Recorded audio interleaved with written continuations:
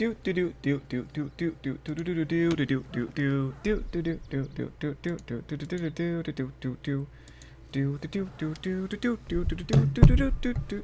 hope people arrive soon. Ah, Death Ray. Yes, you are first, Death Ray.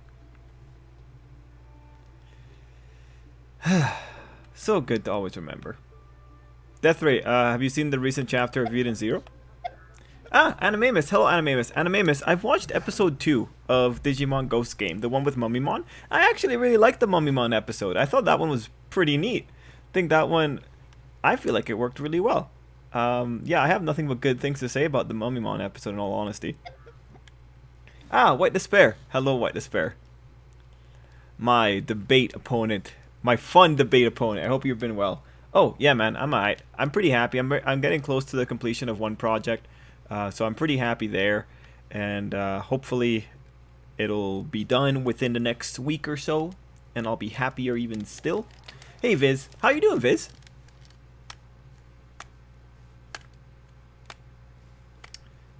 I wonder if Ty's gonna pop up today. Your nemesis. Nah, yeah, friendly nemesis, right? Friendly nemesis. Nah, man, you're a staple. You're a staple of my live stream experience, along with a few others. I can't imagine a live stream without you at this point. It's gonna be sad when we lose Hero Academia. Actually, what are there any other Shonen Jump properties that you check out?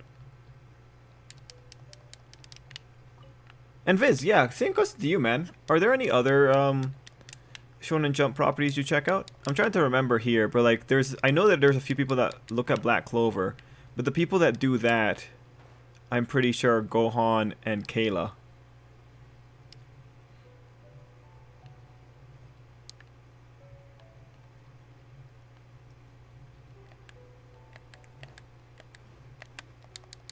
One second, guys. I see two giant paragraphs there, and one of them is from Animamus. Oh, hey, Chris. Chris. Yozakura family. The recent events were pretty cool. I do wonder about like the melding that happens with main character and Kawash. Oh, I forget his name. His name is so long I don't usually remember all the syllables, but you know the one. That was cool stuff altogether. Interesting how Momo is not having a great time in that. Okay, Animamus. Since Mummymon is a level higher than Clockmon, did you find the episode scarier? I feel like getting the age sucked out of you is scarier than suffocating as a mummy. Like, the suffocation itself, I found it more interesting in the fact that Mummymon was just misinterpreting something. Like, that's what I found interesting. In terms of the levels, I was thinking like, yeah, isn't Mummymon an ultimate? It's just like, I don't take it seriously because here we only had like a champion level. So no, I didn't find it as scary. I found it to be, you know, interesting. I found it to be more interesting than Clockmon's thing. But yeah, I didn't find it to be scary, and I found it just to be kind of confusing because it's just like an ultimate, really, like you're fighting an ultimate, and I get it, like it's probably Mummymon because it's more for the theme, but it's just like I wasn't really feeling it there. Mind you, having it be like a win through talking probably makes more sense given that it is an ultimate. Ah, Ty. Hey, Ty. Let's see. My Death Ray said, my favorite thing about Eden Zero is how he's setting up Satan's gravity and the Demon Kings. Shiki pulled Rebecca's memories into himself, and Ziggy pulled Nero's ether gear into himself. Okay. Okay. Tamura was a whole matter bad or dangerous man-child. I think Tamura kind of wins at this point. Not really anything I've read regularly. Sometimes I binge the series. I usually only follow up to max 3 series at a time. What are the 2 other series that you follow, White Despair? And hey, Ty. So yeah, having a couple theories got that. Let me know those series, man. I'm doing alright for the most part. I only checked out the My Hero Academia Shonen stuff. Other than that, I read DBS. I do read a lot of manga, but I couldn't tell you what magazine they're published in. Oh, well, no, let me know what which ones you do read, like in terms of like your top 5 that you're currently reading, if you have any. Rather than beat an ultimate with a champion because plot armor, win the battle with facts and logic. People die when they're killed. Yeah. Oh, that poor line. I feel bad for that line because that line has more context behind it that justifies it. I think it has like a little bit more after it, but people always clip out that one spot. Hey Sarge, I hope you're doing well, man. Oh Sarge, I was gonna show you, man. Like, so I've decided because I think you're the one that told me to do this a while ago. The whole thing with Beto, especially given that we got her to C6. So yeah, I'm building Beto right now. Doing off-screen DPS. I do want to get Serpent Spine because that's the one that does the best things for her because she snapshots. But yeah, that's pretty much what I'm going to be working on most times. I just want to get, yeah, I want to get her up to snuff to put her on Spiral. Because just seeing the damage she does when she does the ult already, it's pretty aggressive. So I'm pretty excited to get her working in Spiral, but we still need to collect more parts and all that kind of stuff. So if Shiki could get Star Quirk, could he touch Deku and say, you willing give up one for all? And is that forced Izuku to give up the quirk? Or is that willing giving up the quirk? If Star Quirk can do that. You know, Chris, I really don't know what to say about Star's quirk. I think, legitimately, I think we need to wait a little bit longer. I think it's because Star's quirk is not well defined yet. And I don't know to what degree she can compel things. Like, we haven't seen her compel Shigaraki's mind into doing anything, nor did we see her, like, try to. So because of that, I do want to wait. I'm not sure if she could compel someone to, like, I'm not sure if she could tell someone, Izuku will think of this particular idea, you know? I don't know if she can cause thought generation within a person, because that seems a little bit too much, and there's just not enough data for her quirk yet. And mind you, like, the quirk itself right now is, I think, legitimately a mess in terms of trying to find rules to decipher there. I mean, I do think, though, that all the clever things that the readers will be able to come up with, I'm pretty sure whatever Horikoshi is going to do with the quirk is half as clever as the most clever things that the readers will come up with. Because usually, the readers come up with way more ways of breaking quirks than Horikoshi is ever willing to put into a manga.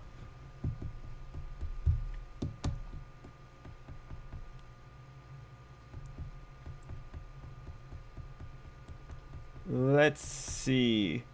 Maybe Lady Devimon be a new sister to Hero Digimon Ghost. I don't know about Lady Devimon. I think she'll show up at some point, but I don't think I think she'll be a villain. I was following JoJo Leon, but that recently ended and I haven't picked up another thing to replace. I'm also currently following Fairy Tail 100 Years Quest. Okay, cool. Gotcha, White Despair 100 Year Quest. That's gonna be nice because it's getting an anime adaptation pretty soon. Yo, if you want White Despair, I could talk about 100 Year Quest as well. Although I'll have to like reread, just to, because I haven't read it consistently enough to have memories about it. Circumcised with a crit damage crown is good. Hello all, I've heard bad news. Oh, what bad news you got, man? What's your opinion on the new chapter of Eden Zero Greatness? I think too much has happened, honestly, Death Ray.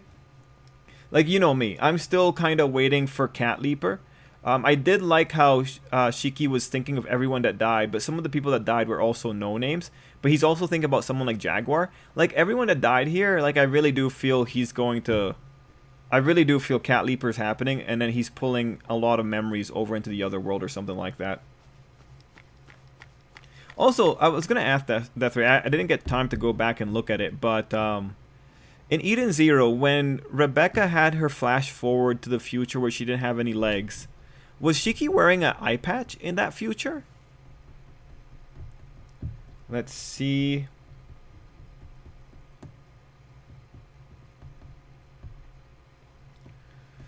White Despair said, once again, All For One continues to trend on not being able to go a single page without contradicting himself. Yeah, White Despair, I think I know exactly what you're talking about. Specifically that point where he talks about he's going to be an entirely new person or like whatever, and then it goes to the next page and it's like, what? No, like this doesn't make sense. You're messing things up. Yeah, no, man. That's what I thought too when I saw that one particular panel. Young Justice Season 4, Ghosts, right? Or Phantoms? Yeah, I started watching a little bit of it, but I think I got busy because I don't think I finished the episode. I got to the point where like Gar and them were on Mars and they were being psychic attacked.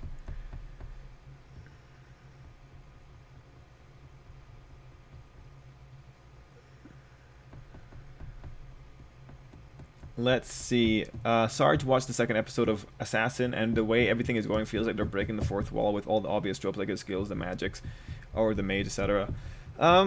Breaking the fourth wall, or you mean like leaning heavily on the tropes? My current, like, I found the second episode to be quite worthwhile just because, like, okay, finally, like, this is better. And then they're doing the mage, and it's like, all right, yeah, this is pretty typical stuff. My current top 5 are My Hero Academia, Uzaki-chan, 100 Girlfriends, that's a good one, Nagatoro, and Instant Death. You read a dozen or more slice of lives. Okay, Viz. No, I'm looking at it, Uzaki-chan and Nagatoro. That tells me a lot about you, Viz. That's funny. And 100 Girlfriends. Oh, Chris Ayres, the voice of Frieza, passed away yesterday. That is bad news. That sucks. Frieza's so iconic. I know Random likes Fire Force, but damn, rest in peace. Let's see. One theory is that Stars isn't really buff, and it's because of her quirk. She probably looks like your normal woman when she removes the strength rule to parallel All Might. That would be unfortunate, Ty. That would be really, really unfortunate, I think. Like, I like the idea of her getting super strength and then, like, improving her body's limits as well. Because that makes it feel like, yeah, like, she actually put in a lot of effort. I really hope it doesn't go down that way, Ty. Just because I think it'd be good for her to have that strength, regardless of the quirk itself. It feels like diet jobless reincarnation with all the same situations happening to the point where it's laughable. Ah, I see what you're saying, Sarge. Sarge, depending on, like, chances are you aren't incorrect about this because Jobless and Shield Hero came out before a lot of these other isekais. So in a way, they kind of codify, even though there's not a lot of other isekais that actually do Jobless. If you look at it, not many isekai can actually pull off Jobless's level of shittiness and earnestness. Not many can kind of reach it, whereas some things can replicate Shield Hero to some degree. But that's interesting. Like, I really wouldn't have made the comparison to Jobless Reincarnation just because, like, Assassination Classroom is way more wish fulfillment. Oh, not Assassination Classroom, sorry. Reincarnated as an Assassin, sorry, is way more wish fulfillment. Man, why am I thinking of Assassination Classroom? Anyway, word association. Yeah. Reincarnated as or like Greatest Assassin Reincarnated is so much more wish fulfillment that I would never have put it in the same category as Jobless. So going off the chapter, are we supposed to assume that All for One's original plan was to completely take over Shigaraki and thus not be able to steal All for One for All? That's what seems to be his plan going off page 13. No, man, nah. All for One's plan is to take over Shigaraki. And then, or no, like it's to fuse with Shigaraki so that he can maintain the hate factory that is Shigaraki. That's his plan. It's just, he's a terrible explainer. Like I said it in the video, you can't listen to what All for One is saying. You have to listen to what he wants to say. And what he wants to say is informed by how stories work. That's how you kind of have to, like, understand All for One. I'm opening up the page right now, White Despair, because, like, I knew this was going to be an issue in general because All for One is not the best at explaining himself. So for people that are, like, just tuning in, we're talking about this line where he says, as originally planned, you were meant to become me entirely after 2 months of recuperation. All right. If you saw the video, you know what issue I have with this one. If you go directly to page 14, the man then says, percentage-wise, I'd say 97%, 98%. We will become one soon enough. No longer All for One nor Tomura Shigaraki. We will now meld into a new person altogether. So, like, already, right? He's talking about becoming completely me. Oh, sorry, become me entirely. You go into the next page and it's like, oh, wait, no, not All for One, not Shigaraki.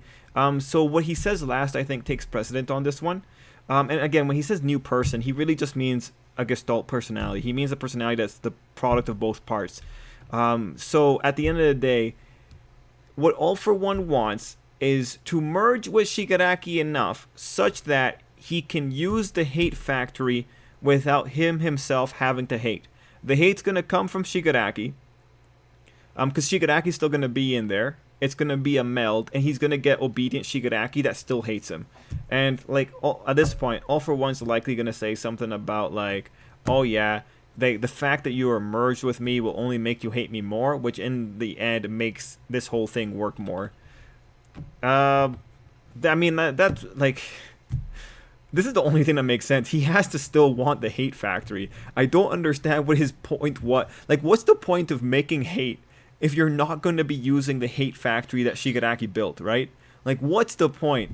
Then again, like All For One might be serious or just dementia. Like All For One is just such an issue altogether. Like it's a mess, right? You like when you're at a point where you're like for me, like if I'm at a point where I'm using the ideas that other stories have presented to give me a better idea of what All For One is doing. If I end up being correct by using that method, that says actually a lot about Hero Academia. Like, that's not good.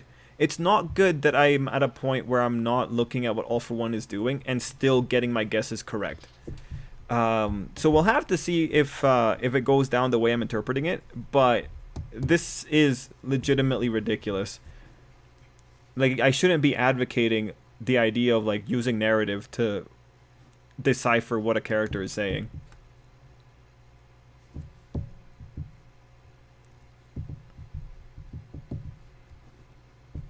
I wish Summer TV could be on Format Allies. Me too, John. And hey, Kayla. Normally I see these series have those isekai tropes and they try to mask it with pretty words, but this series is being so blunt and straightforward. Like, hey, I'm gonna give you all the knowledge and power ahead of time and give you broken skills to boot. Like, dang, where's the cleverness? Oh, I see what you're saying, Sarge. Yeah, no, Sarge. This is actually a different species of isekai. They're like the in-your-face isekai. This is like isekai after the So this is isekai after the initial wave of isekai that came in with Shield Hero, Jobless, ReZero, Konosuba, kind of, where because isekai became so saturated, you can just go straight into it because most people kind of understand what's going to happen next. So this kind of species of isekai, they tend to have more of those moments where, yeah, you just flat out, like the story starts with you being in front of a god and just getting everything down, and then everyone's pointing out, oh, this is like an isekai manga or that kind of stuff. Isekai now within Japan has become such a go-to premise and such a go-to genre that, yeah, you can now just kind of skip a lot of the introductory material and you can just go straight in your face with it. I do think, the pendulum's going to swing back, and eventually we'll swing back to series that are a little bit more clever with their isekai tropes in terms of how they interpret it. But right now we are in the era of, I would say, when it comes to anime, I think we are in an era of the in-your-face isekai coming out. Jobless is kind of taking it back. Jobless is probably going to lead into a lot of more irregular isekai coming back out. But we're in the in-your-face isekai era and also the slow life isekai era. That's going to be starting now. I think in like the next year we're going to be seeing a lot of slow life isekais popping up. Especially because like this year we had that pharmacy one, and now we actually have the slow life guy got banished and whatnot. Hey Trip, Vocal Pineapple uploaded a video on his theory that Aoyama is a traitor. I haven't watched it myself, but would you be interested in watching it? I don't know, maybe. Like, I don't particularly care about the Aoyama traitor theory. Like, I guess we could watch it and check it out. What's interesting is Mashima said in an online signing while drawing his eye, I almost drew Shiki in a way that didn't happen in the story yet, a few weeks before he lost it. Yes. I thought people talk about that on Reddit, Deathray. When people think of... Oh, wait, I think you also mentioned it last week. When people think of someone who relate to fictional characters like, oh, this character is just like me, is that a bad thing? Some think it's stupid. Okay, M-Best. Like, that's a good question. Personally, I don't encourage that kind of thinking, because like stories are meant to express ideas. If you can relate to a character, I think it's always an issue of moderation. If you're one of those cringy people that go all the way to saying that you are that character, like because you're an otherkin or something like that, I think you've gone a step too far. And if you're not doing it for a joke, I think you've gone a step too far. I think that's a little bit too much. I mean, at the end of the day, we gotta remember, like, characters, for as many of them are inspired out of nowhere, a lot of them are very calculated in terms of the creation of the character. A lot of characters are designed to make you think that you relate to them. That's why writing a relatable character usually gets people ahead, because it allows the readers to kind of fill in the gaps on the character because of how much they relate to it. Like having a relatable character is able to get people more invested in your story. So, you know, having the thought process of like I relate to a character, I can't fault someone for falling to the writer's skill. I mean, again, if the name of the game is making characters that are relatable so that any weaknesses that are in the character can be covered up by the reader's love of the character or understanding of the character, you're in a good spot. So this kind of stuff is, I don't think it's stupid if you say like it's a relatable character, but I think if you go too far, that's when it gets a little bit cringe. I mean, when you look at the stories, both characters want to change their lifestyles, both have over-the-top powers and knowledge they use to help around, like cook and creating things. They both have a mage brought in to teach them magic. All I'm waiting for is for the dad and for him, oh god, to be sent away, and I'm set. I mean, Sarge, the unfortunate thing here is that what you have describes a good chunk of the manga only isekai right now. So it's interesting to me that you're bringing up these points when this is what ends up happening in 90% of the isekai that were written after 2015. So Sarge, how many isekais do you read? Because I thought you were relatively well read on this. Just because it's curious to me how you're bringing this up now, and I just want to understand how much you read here, specifically on the isekais. I also see Shigaraki finding, because then look, before I go on, if you don't read that many isekais, this actually makes a lot of sense, and I can tell you get ready because you're going to be seeing a lot more things that are more like World Assassin than Jobless Reincarnation. Because again, Jobless Reincarnation, the beginning portions might have influenced everything else. Mind you, no other series can really keep up with Jobless Reincarnation the way that it goes, because Jobless Reincarnation is a little bit too hardcore for most other writers. I also see Shigaraki finding out All for One true plan. By fusing Shiki, we'll see All for One memories that show him getting his quirk. Was it an accident? And see him planning to corrupt him but long before. Oh, that'd be really cool. Which would keep his hate tenfold. Watch the new being have Shigaraki's hate, and it's such a horrible gloater. Oh man, yeah. Do you think All for One gave Shigaraki the decay quirk? I'm not too sure about that yet. I think it could be either or. And Sar, I don't know where you came in on that conversation, so I can't answer that question. So will Star get rid of her own quirk by the end of the next chapter? I could see this happening, so you could remove her from the story without interfering with Izuku's solo battle against All for One. Chris, that's what I'm kind of hoping for now too. I'll make a video with like my proper thoughts on this, because like I think what Horikoshi's about to do here with Star is going to be really nasty. I think there's a good chance that Star is going to end up being the reason why we only have Japanese heroes in Japan. Because if Star suffers a critical injury here, there's going to be this whole thing where the international world heroes are going to be like, whoa, we can't send our heroes off because look what happened to the US. They just lost one of their biggest players. We can't do that. So this might have, in the worst case scenario, this might have just been the biggest excuse for why there's only going to be Japanese heroes on the ground. And if that's what Star amounts to, holy crap, man. I was talking about how you could relate to Asuka from episode 22. Then someone told me, nah, you just like this character like me. There's no depth of this character or anything. I can't really speak on Evangelion because I haven't watched the original series. But I know for Evangelion, you gotta be really careful with those characters because they were written when a guy was depressed. In other words, those characters probably have some idiosyncrasies that can't be easily replicated. White Despair said, I agree that he presumably still want the hate factory. However, I think that one line is actually just flat out contradictory. Yeah, no, White Despair, I totally agree. Like I said, if you look at that line and you look at the page immediately after, there's no way you can reconcile that line literally with page 14, because page 14 flat out says we're going to become a new person. So what is it? Was your plan to become All for One, or to become neither All for One or Shigaraki? No, like the line doesn't make sense within one page. But what can you do? Fruit of Evolution so far is quite hilarious. So have you seen the One Piece spoil? Yeah, Chris, I have. I totally have. Any JoJo fans? Oh, White Despair is. Wait, yeah, yeah, that was Jojo Leon. I was going to bring up Pineapples. Can we watch it? Okay, so Kayla's also voting for it. All right, Kayla, yeah. Like, after I do a quick little round of stuff on Genshin, we'll go ahead and we'll watch it. So that's 2 people asking for it. Trip, they released a clip preview. Oh, yeah, I heard about the clip. So it turns out that All For One just... So it turns out that All For One just flat out gave the actual timeline for Tamura's completion to the assassin, and he was just entirely blanking on the hope that Tamura would surpass all his expectations. No, he told them 2 months, right? And then he still had 38 days from the day of the prison break. So he gave them a little bit more wiggle room. As a person who loves world building and power systems more, but like again, All For One's contrived. As a person who loves world building and power systems more than anything else, I should love isekai, but most of them don't even try to be good. If you want world building and power systems,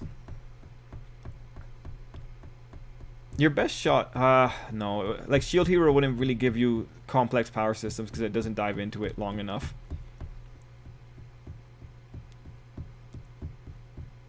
World building.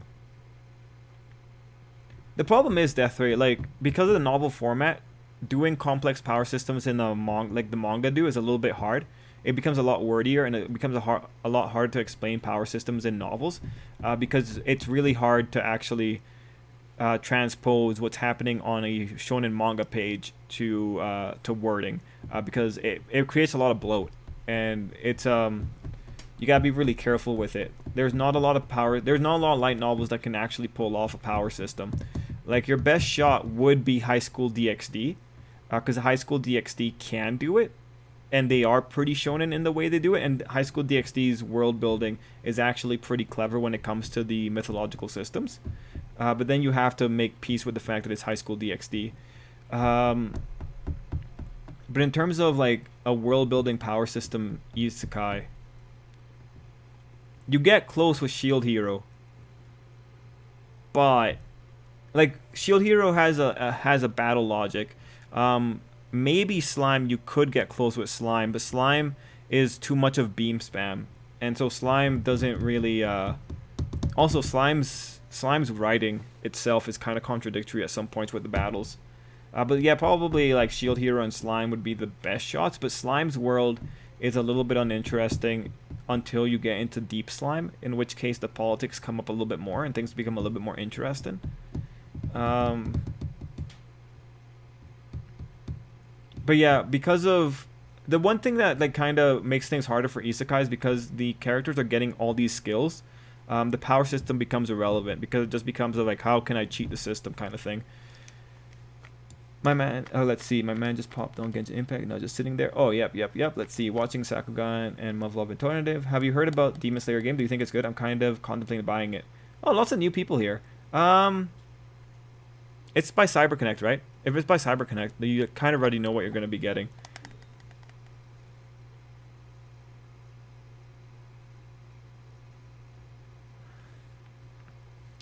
Let's see. Yeah, so I probably just gotta do a few of the commissions, Kayla, and then we can watch that video.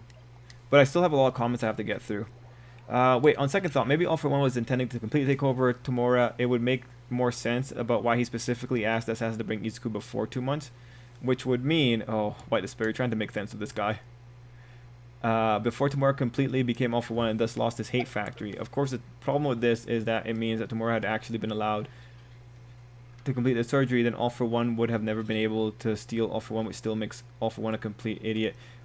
Yeah, no, White Despair, like, he's gonna have the hate factory still. Like, he's banking on still having the hate factory. I don't know how he, like, honestly, the biggest thing here is that All For One's grasp of metaphysics, for a guy, like, this guy has not done any research. His grasp of metaphysics is amazing. Like, God knows how he was able to luck into, like, the correct mental dynamics to be able to tell that, yes, when my vestige fuses with Tomura, I will still have access to my hate factory. Like, good God, man. Like, this is probably the worst part here, because why do these guys know so much about such a metaphysical concept such as emotions and how they relate to supernatural powers? I really hope that Garaki comes in here later and is talking about, oh yeah, you know, we figured out what quirks were from a long time. Quirks are the power of human imagination made real. If they go into like, yeah, quirks are just your human imagination made real, that'll be great. That'll be absolutely great. Let's see. Actually, I love romance more than PS and will building. Oh, okay. Sure, I told my friends that is out episode 1. They questioned and got a bit upset that this series got anime. Then they laughed when I told them it got delayed to January. Oh, that's great. And you got at the end of the All for One comparison. Yeah, we were comparing some lines that All for One had in that case. It's on page 13 and page 14 of the recent chapter. Let's see. Before Tomorrow completely became All for One, Let's Lost His Hate Factory. Let's see. Any of you seen the Tactile P Destiny? It's really good. I haven't seen the anime yet, but I saw the opening for it. Let's see. If Shigaraki, I'm close to the end, guys, of the comments. Just give me a few more moments here. If Shigaraki does get the quirk, could this be the way we see the vestiges possessing Izuku? As in, each time All for One tries to apply a rule, they keep switching between identities so that it doesn't work. Yeah, AN6383, we were talking about that last week. I hope you were here for that. But yeah, that's kind of what we're hoping for. If it does go down to that direction, we hope that, okay, yeah, Izuku will just switch out. But the problem with New Order is that it can affect things around Izuku. So this can just flat out kill a bunch of people if you're not careful. Like New Order, if Shigaraki goes like say 300 meters away from UA and he says 300 meters away from me, this particular area will lose all oxygen, everyone's dead. So that's, or like this whole area will be filled with toxic mist that kill people immediately the moment they inhale it. Yeah, that's why really we can't be in a situation where Shigaraki has this quirk.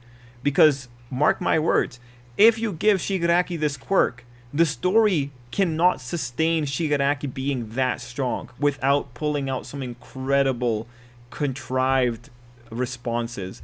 So for the sake of the story, you better not give Shigaraki this quirk, because readers are going to be able to say, yo, why is he being so stupid with this quirk when there's 5,000 different things you can do with it to get an instant kill on these people. Again, the simplest one, UA fills with poison gas. Right there, you kill a lot of kids. But that's why you really want to avoid a reality warping quirk like this. You don't want to give it to Shigaraki, because especially if you don't have anyone else to counter it. Like, Horikoshi can't write with this quirk. He just can't do it. His world is too weak to deal with this quirk. The only thing that saves Shigaraki is that he's overpowered, and Buddy Girl was relatively nice to him, I guess you could say. Shit is my favorite isekai besides Mushoku Tensei, says Death Ray. Oh, great, great. Hey, champ. Oh, hey, Chris. I'm alright, man. I hope you've been doing good. Let's see. Trip, I leveled up my child and he's doing really good, mostly because I had a bunch of good Hydro artifacts that I wasn't even farming for. I found he plays something new, fresh. He plays something new and fresh compared to D-Luke, since I've been playing D-Luke. Oh, I didn't know you were playing D-Luke, man. Also, with his hair getting really long, it seems like Tamura is starting to look much more like Tenko. Okay. I'm also guessing we'll see in a moment where Woody stands up to Xehanort in Kingdom Hearts 3 with someone with All for One, probably in the Vestige world. Imagine Deku saying no one ever loved you to All for One. Oh, that'll be great. Oh yeah, but his brother probably loved him. And yeah, Animamus, the found footage, I saw it. It was pretty fun. And Gotcha Sar, have you read Twin Star Exorcist? The manga is in my top 5 because it's a battle shonen with romance as the main focus. The anime isn't good because they had 50 episodes and 42 of them were filler. Yeah, Death Ray. I do read Twin Star Exorcist. I have a little bit more trouble keeping up with that one. New Order is way too scary if All for One gets it. Japan would get taken over. Would you recommend the series? I saw a little bit of it and it looked interesting, but I never got around to actually checking it out. Oh, that's for Twin Star. I find Twin Star a fun read. Like I think the Twin Star author can write really well. Like he can create some situations where you're just like, what? How could you be so stupid? And in Twin Star, you see what happens. You see the ramifications of being stuck in your ways.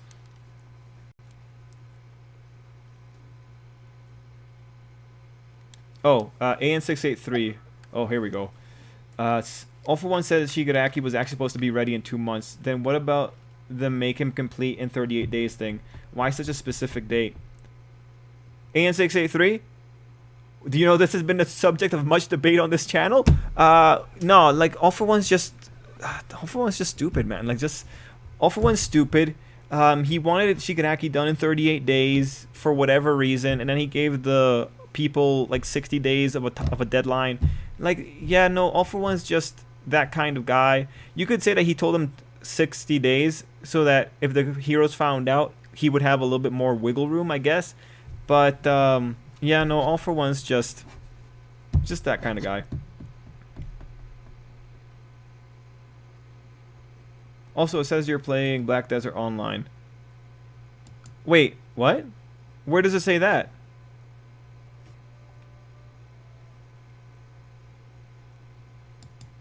In numbers, I've watched 23 or 24 isekais, I'd say. Okay, so you have watched a lot of isekai, Sarge. So I'm really, yeah. Man, there's a bunch more isekai that are like this one than Jobless Reincarnation. So, did you miss my last two comments? Ty, the last comment I got from you that I read out loud was the Kingdom Hearts 3 comment. Did you have any more comments? I don't see any more of your comments here, Ty. I only saw the Kingdom Hearts one.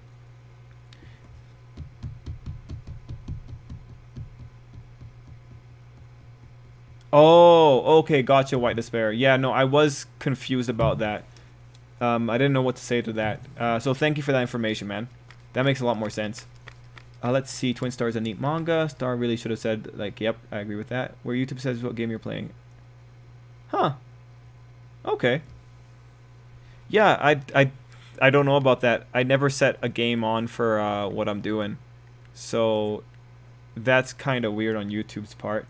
Let me check if I can change the settings. Yeah, no, there's no game title that I've got here. That's kind of weird. Yes, the way the two leads support each other and a constant time skip make it an enjoyable read. I would agree with that. Let's see. I honestly don't know what is scary. The idea of a manipulator having a new order or a person with a god complex that hates everything having the quirk. Well, the thing is, the person that hates everything in this particular case isn't that smart. So, that would probably be the better thing. Because you could at least hope that his lack of intelligence will allow you to survive a little bit longer. He probably isn't super creative either, so that kind of helps out in the long run. Yeah, that's kind of how I would look at it, Kayla. I must leave no stone unturned.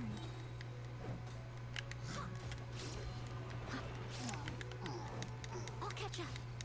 Oh, okay, Sarge. Yeah, that makes sense. If you're turning your brain off, yeah, that makes sense. It becomes a lot more apparent.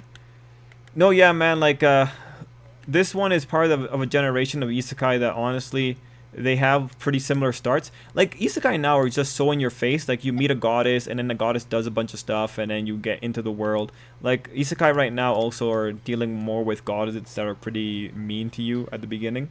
I don't get people's obsession with series being edgy and relatable. Didn't we all start watching anime to escape reality? I want an idealistic protagonist and world. Oh yeah, man. Yeah, like, I kind of agree on you there. I do like the escapism. I don't really need an edgy series. Mind you, like, anime is so varied right now that you can have so many different series going on at the same time. Like, usually if I need edge, or if I need, like, a gritty world, that's kind of where you go for sci-fi anime, because they tend to be a lot more gritty. Heck, man, Gundam's great. But yeah, I love my idealism in my anime as well. Like, isekai fundamentally also is just is like pure oh damn it, my words.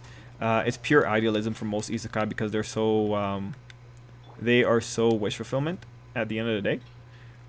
Like, one of the things with isekai is just seeing a relative loser go from zero to hero, right, and be able to win. Like, that kind of escapism just makes people happy. Let's see. Random asked about the Mob Psycho announcement. Yeah. I think that's going to be pretty cool. I'm happy. Like, Mob Psycho's manga ended a while ago.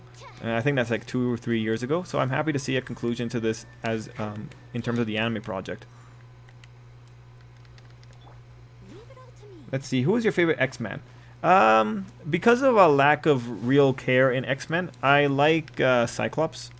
I like Cyclops in the whatchamacallit, in X-Men Evolutions.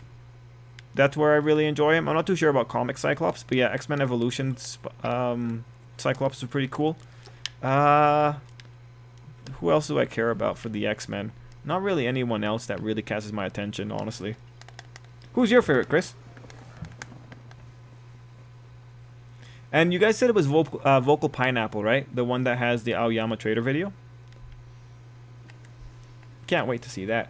If Bone makes Mob Psycho look like Season 2, the My Hero Academia fans will lose it. But you know, it's possible that Bones likes Mob Psycho more. You know? Like, Mob Psycho has a really endearing story, whereas Hero Academia might just be more of the same. Who knows? It's kind of like it'll be funny. It'll be funny. They might also just what is going on here? Okay. They might also just really enjoy one as an author in general. Wait, which one was the studio that when they were doing One Punch Man, those guys went all out season 1? Like they voluntarily put themselves on the line trying to make that anime. What studio was One Punch Man season 1? Do you guys remember? Eclipse Lotus says, I finished Chainsaw Man in 2 days. Well, that's terrifying.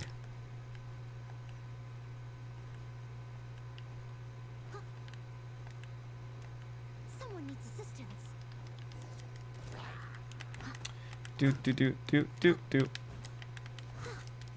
There we go.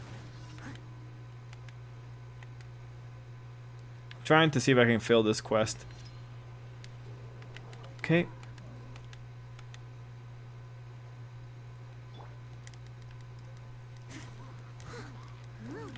Oh, Madhouse. Okay, it was Madhouse. Cool. Ah, yeah, those were the good days.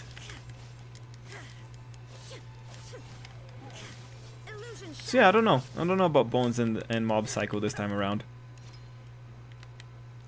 Damn it, I can't fill the quest. Still? Okay, that guy just kind of wants that I killed all his friends.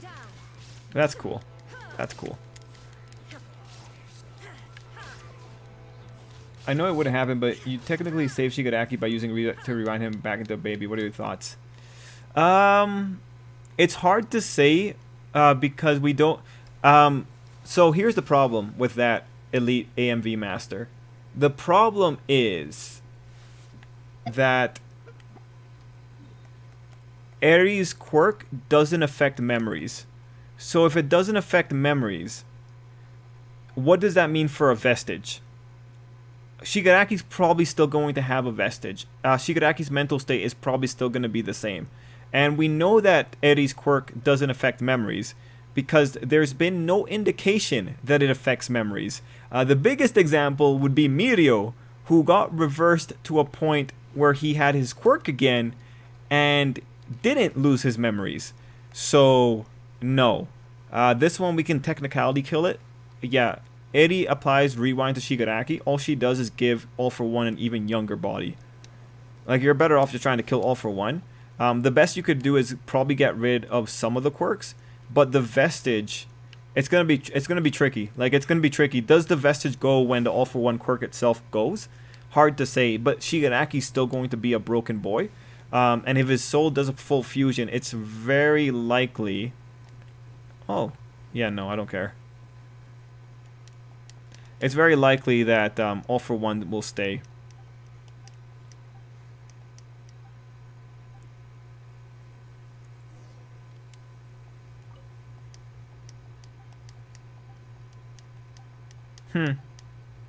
Interesting. That was a lot easier than I expected it to be. Hey, Robert. Alright, let's see.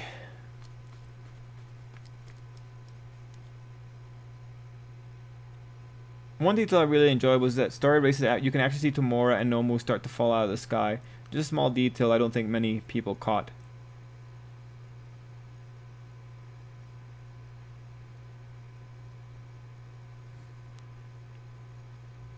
Oh, interesting. Like, I saw them being effective. I don't think I saw them falling out of the sky. Interesting, White. I'll definitely go check that out later. Speaking of evolution, have you seen Pokemon Shorts, Pokemon Evolution? Yeah, random. I saw at least one of the episodes. They had a lot of freelancers and an amazing director. Oh, okay, nice.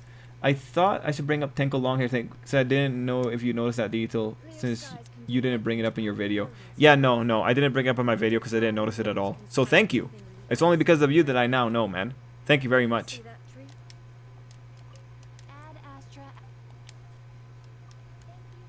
Alright, there we go. It was a very interesting ride to say the least. The author said, plot never heard of it. Yeah, that was the interesting one. Thinking of the quirk Shigaraki used to reflect those lasers, more fuel that Invisible Girl is a villain or a Nomu and has copied her quirk abilities. Still hoping she's a Nomu under our nose. Well, that'd be interesting, right? Like a high-end Nomu, just being with all those kids the entire time.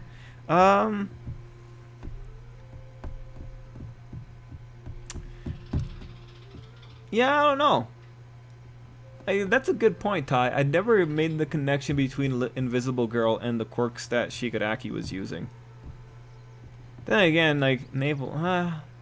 yeah, let me actually look at it again. That's a good point, Ty.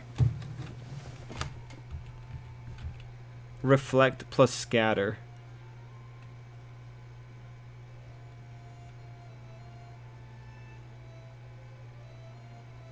Is there a quirk... Reflect? Nah, we'll have to see. We'll have to see what the author wants to do with that. I wasn't exactly expecting Madhouse being the reason. It wasn't exactly Madhouse being the reason the director or someone pulled some strings to get some of the best animators onto the staff. Alright, that's still pretty cool. To be honest, I'm excited for the My Hero Academia movie 3 next week. I've been hearing that the movie doesn't focus much on the trio we all know and love, but I love seeing Izuku interact with new characters. Okay, a nice fancy currently airing that's a bit low on people's radar is Faraway Paladin. Yeah, I checked out the first episode for that one. That one was really good. Guess Eri erases something physical and doesn't affect them mentally. Same can be applied to Izuku. Imagine Izuku having short-term memory during the overhaul fight. That would be horrible. Yeah, that's actually, before the meteor stuff happened, that's actually what I used as my evidence for it. Eri can't touch intangible concepts like that. Thoughts on Star maybe asking another top 10 American hero to team up with her before the mission? I'm kind of hoping for a last-minute save for Team America by Team America. Oh, hey, Mark. That'd be interesting. I honestly didn't think of that if another hero's on their way. Because at this point, like, she's either going to be saved by Endeavor and Hawks or she's being saved by someone else. But at this point, she might also just be dying. She might be going down here like a chump. We'll have to see. I mean, if the author pulled that out of his hat, that's totally fine. I am going to be wondering if we're going to get any more runaways showing up in Japan, but yeah, at this point I want the character to live, so I'll take anything I can get personally. Like, I want her to live with some degree of respect, you know.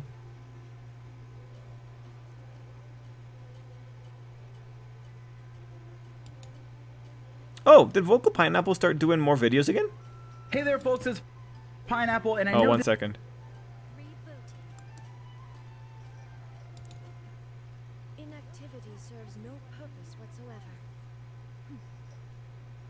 Hey there, folks, it's Pineapple, and I know this video title is gonna...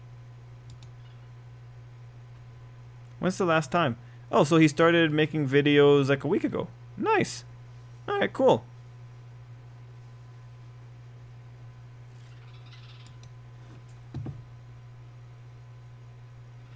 Let's see. Did you hear that Frieza's English voice actor? Ah, yeah, Robert. Random told me about it. There's no chapter this week, right? Yeah, no, man, there's none. What's the chance of All For One or Shiggy having the Crawler's quirk? Well, One Love, you know, the more we see vigilantes, the more I want to believe that, nah, it's not happening, right? The more I want to believe, like, he's going to keep his quirk.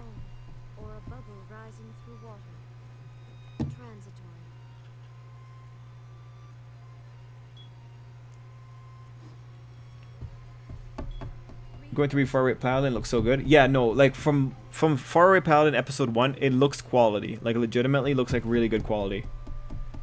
Oshi no Ko is too good. Let's see. Any particular reason? Okay, let's see. I still say that in the coming chapters, Shigaraki will see All For One memory with the personality fusion. Imagine Shiggy finding out, even before meeting him, his life was controlled by All For One. That would be great. Because Shigaraki needs to understand that he's just a child in a big man's game. All the world holds dear is If I remember correct, apparently one of the previous sketches shows some of Hodi's old characters saying something like, "We'll fight." Maybe he'll bring them to the story as foreign heroes. Yeah, maybe. Actually, AN683, that's a really good point. If they're coming in as foreign heroes... Oh, you know what? I did see them on the preview sketches for the next volume, like the one that we're currently in right now. So yeah, actually.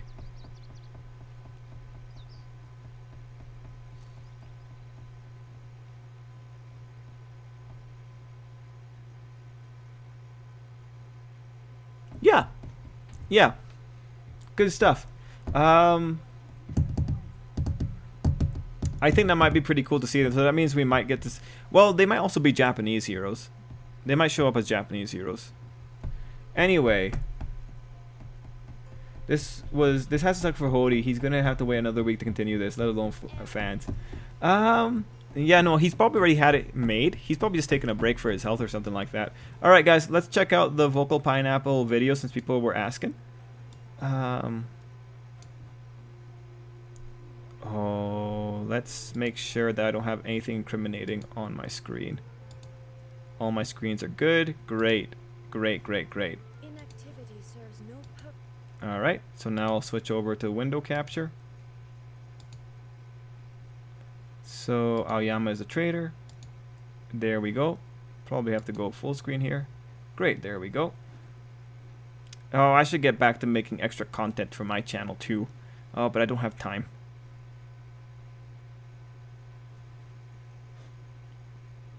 Oh, 1 second. I'm just looking at the preview here. Any hoosers, let's see. So guys, we're gonna watch the theory. It's exact opposite of Occam's razor, ignoring any simple explanation to the point of. Oh, okay. Oh, excellent. This is gonna be amazing. So, White Despair is getting me excited for this theory. Can't wait to see how good or bad it is. So let's put it up to 1.75 the speed, and let's get into it. This video title is going to come out of nowhere for some of you, but I promised I would do it if you guys hit the like goal on the last video, so here it is. For those of you who haven't really been introduced Oh, to this gotcha, White Despair. idea of Aoyama potentially being the traitor, my first reaction to this, and I'm pretty sure everyone else's, is to think, no way. In fact, most people say, weren't the students all cleared by Nezu? If you've been following me on Twitter, which I'll admit has been difficult since my previous one got suspended, follow me at Vocal Pineapples, by the way, then you've seen me going full-on tinfoil for this theory and addressing all those different points, but the theory has evolved in a big way since the last time I covered it on this channel way back when, which you can find right here, and please do watch that since I'll be referring to that video a few times in this one. With all that said, strap in because we're going to try and unmask the identity of UA's traitor, and we'll also discuss how I think a certain invisible girl might be involved somehow. So getting started again. UA's traitor is Nejire. Everyone obviously knows this. And if it's not Nejire, it's Vlad King. And if it's not Nejire, it's Izuku. And if it's not Izuku, it's probably Shoji, right? Like, there's many traitors.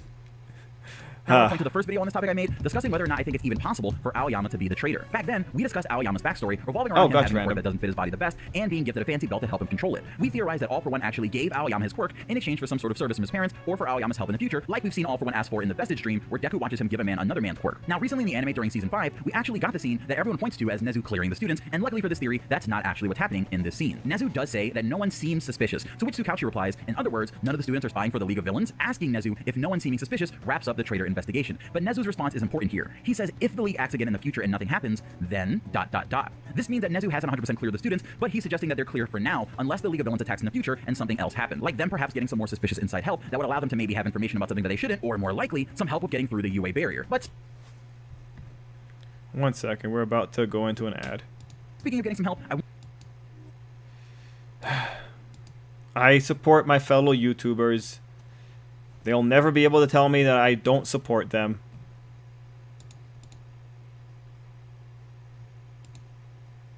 Wow, we're only 2 minutes in and we're I getting want to an talk ad. about what I think is actually going on here, and to do that, I have to start discussing another character who might have some part to play here, and that would be Toru Hagakure, otherwise known as the Invisible Girl. I've seen some people discuss theories that Hagakure herself is a traitor, and I've definitely entertained those a few times because that idea is interesting, but here I'm going to discuss how I think one of two things is going on with Hagakure and how it wraps into this whole Aoyama theory. The first thing I want to say is these two just stand out as an interesting pair of characters who've had a bit of mystery to them from the very start. In the USJ arc, Hagakure and Aoyama are the two whose location during the attack is unknown. Even in the graphic that Hori drew in the manga where we see where everyone is, there's a small text saying where with a question mark next to Aoyama and Hagakure's head. From there, the events of the arc take place and obviously All Might comes and saves the day, but when the situation is resolved, there are two things that don't add up.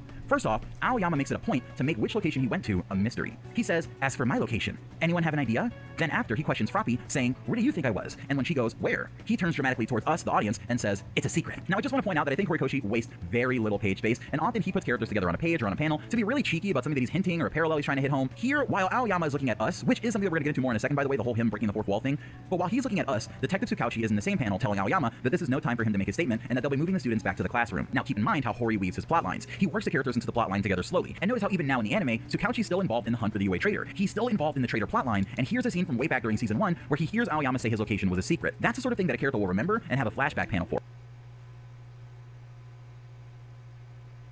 That's pretty stupid. The author does waste panel space. He wastes it pretty often. Like, there's a good chunk of chapters where like it's a little bit wasted, especially in slice of life chapters. No, a lot of it's pretty wasted. And bring up Tsukauchi. Like, Tsukauchi is like the stand-in for the rest of the police force. When is the last time that we've seen the dog? No, Tsukauchi's just the go-to police spokesperson in Hero Academia. Him being part of the traitor plotline is just a natural convenience. Like, Tsukauchi's part of the traitor plotline. He's part of the let's hunt down the villains plotline. He's part of the let's save the world plotline when it comes to the police task force. Like, nah, man, nah, you're aggrandizing Horikoshi a little bit too much here, I think. And often Hori does a really good job of setting up flashback panels or using panels that you wouldn't have thought would matter for flashbacks, but it's always something that the character there definitely saw or experienced. That's going to loop back later, so for now, just keep that in mind. Finding the traitor or really doing any theory is sort of like a math problem. So if Aoyama is the traitor, then how can we assemble the traitor? Oh, no, the traitor arc is still happening, man. It's still happening. Plotline with all the characters and interactions that we can tie to him. Tsukauchi noticing Aoyama here and still be involved in the plotline is one thing, but soon it'll start to come together. So yeah, Aoyama wants it to be a big secret, but he's not the only one with some explaining to do. Back when everyone was being gobbled up by Kurogiri's portals to split them to different areas holding villains, in the manga, we actually see group shots of everyone who was sent away together, as well as an overall shot of the entire group of students before they were sent into the portal. The only ones who managed to avoid getting sent through were two groups. Ina managed to grab Ochako and Sato, and Shoji managed to grab Ashido and Sero. These 6 characters were actually mostly near the center and front of the group when Kurogiri started warping everyone away. But we see that everyone else who got sent away together makes sense. Deku, Mineta, and Froppy were standing near each other, Kaminari, Momo, and Jiro were standing near each other, and so were Bakugo and Kirishima since we see the smoke collapse on them together. But isn't something odd here? You see, Aoyama is standing next to Ojiro, who was sent away alone to the burning zone, and Shoto is standing behind both of them with no one to his side, and he gets sent to the landslide zone all by himself. Now later on, Toru says that she was actually in Shoto's area, but I highly doubt this for a few reasons. One, we don't see Toru at all in the group shot when everyone is being warped by Kurogiri, and even if we say this is because Horror got to draw her like some people will try and say, the anime goes out of the way to add Koda and Tokoyami into the scene, but it even places them somewhere near each other for it to make sense when they get portaled away. But even after going through all that trouble to make sure that they included all— No.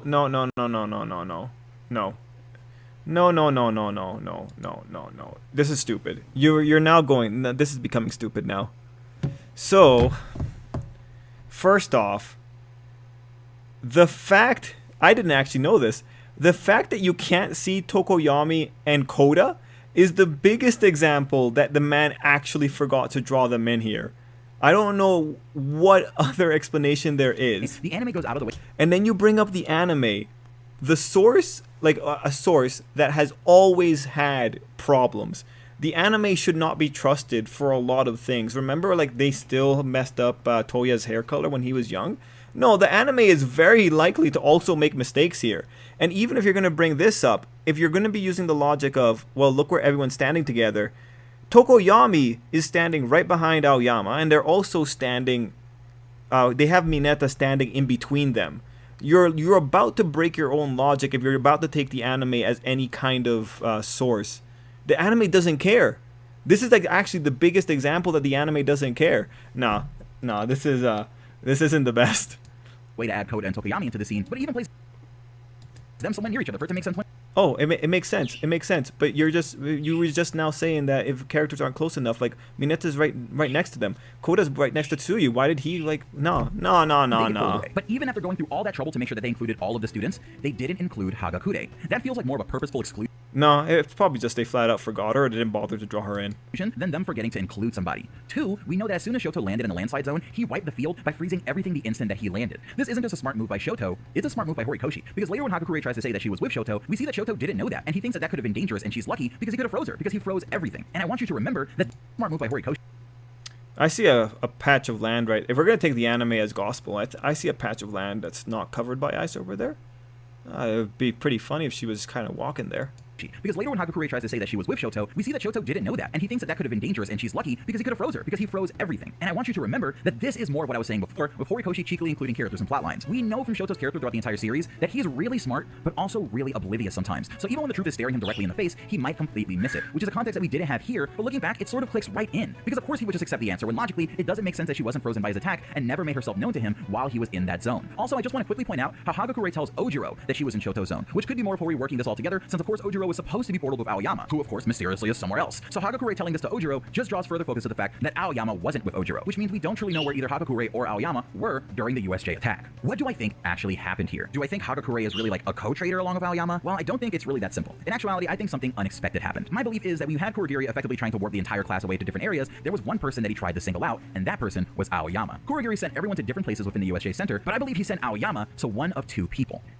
Unlock powerful...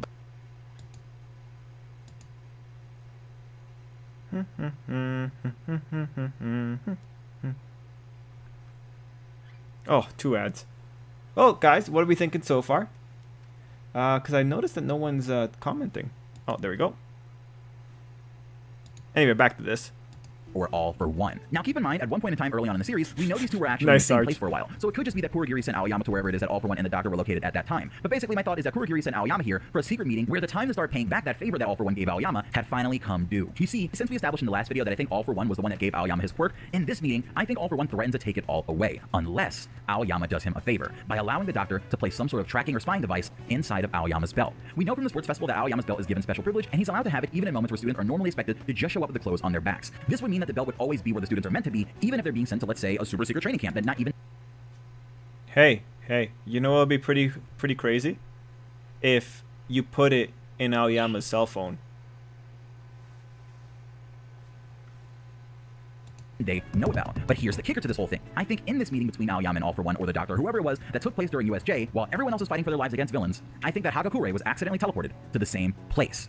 What if Kurogiri meant to teleport Aoyama to All for One and accidentally brought along Hagakure without realizing it? I mean, she literally is invisible. What if she somehow managed to tag along and found out the truth about how Aoyama got his quirk and this cooperation of All for One, or somehow she saw Aoyama stepping out of a portal all on his own undamaged and started to piece it together for herself? My people, what I'm asking is, what if the girl that everyone can see through is the first one to see through Aoyama's lies? I really love this idea, because these are two that again are an interesting pair of characters due to Aoyama having a light-based quirk and Hagakure being able to bend and refract light in various ways. The two even have a team attack, which definitely suggests that since USJ, they've trained together and spent some time together. So what if, just like their team attack symbolizes, Hagakure is actually trying to steer Aoyama in the right direction? What if Hagakure is trying to bend Aoyama's personality away from the darkness and into the light? It would totally make her one of those I can fix him girls, but just the symbolism alone makes me want this to be true so bad. Now, if that's true, One second. 1 second, guys. I'll be right back. The birds are acting up.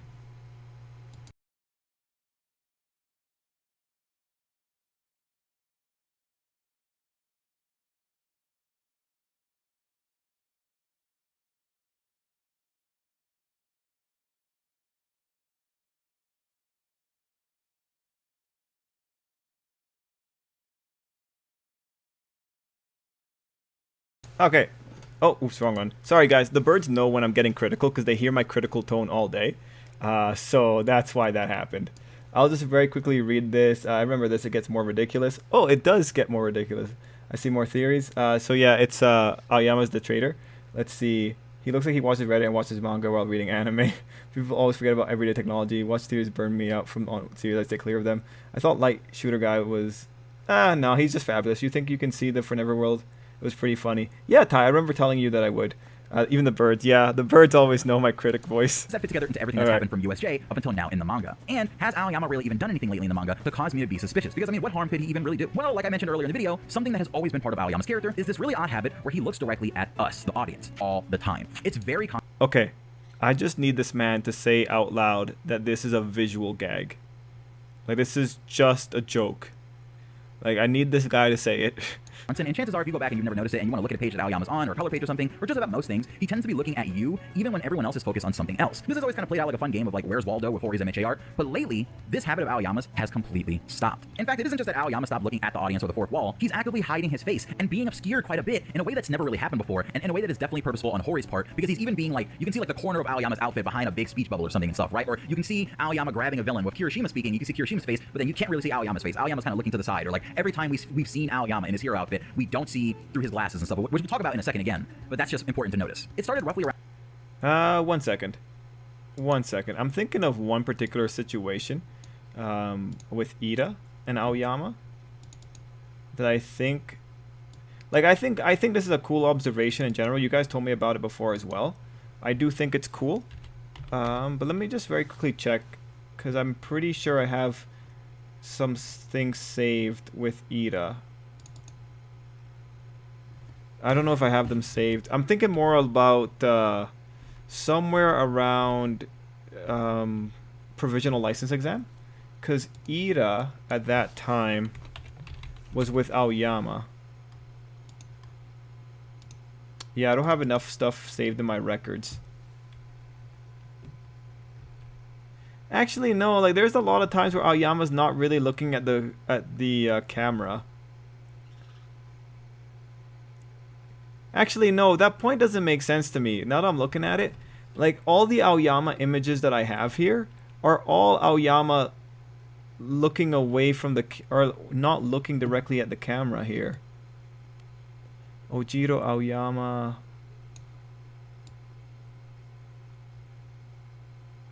Yeah, no. That's nonsensical. All throughout the manga, Aoyama's not looking at the viewers all the time. I got like a page from 167 where it's him and Izuku. He's looking at Izuku the entire time. I have a page during the war that Aoyama's looking away. I have a page during joint training where Aoyama is also looking away. Like, we've seen Aoyama obscured multiple times. I don't know what kind of point you're trying to make now, actually. And why wouldn't Hagakure say a word if she was literally transferred into... Yeah, why would she not? Horikoshi's special art exhibition, which is another thing that we'll talk about in a bit, but it also seems to coincide with Deku's solo arc starting and us entering the final act of the story. If you recall, Aoyama was the only character who suggested that they don't go after Deku when Deku left UA and all of his friends were worried. From that point on, Aoyama doesn't get any of the focus that the other characters in the arc do. Calling it a lack of focus isn't really fair, because him not speaking or looking at the audience once ever since that point is a point of focus on Aoyama. Think of when this is happening, folks. This is the point of the story where we're focusing the most on Deku's bonds with his friends, how each of them is going to play a role in this final section, and how all of them are raised up and cultivated by All Might's efforts into being great heroes. Deku says this is the story of how they'll all become the greatest hero, and we see how hard everyone fights to get... Okay, I feel like I know what he's about to say. That this is... remember, Aoyama is also the person Izuku called a friend in the narration.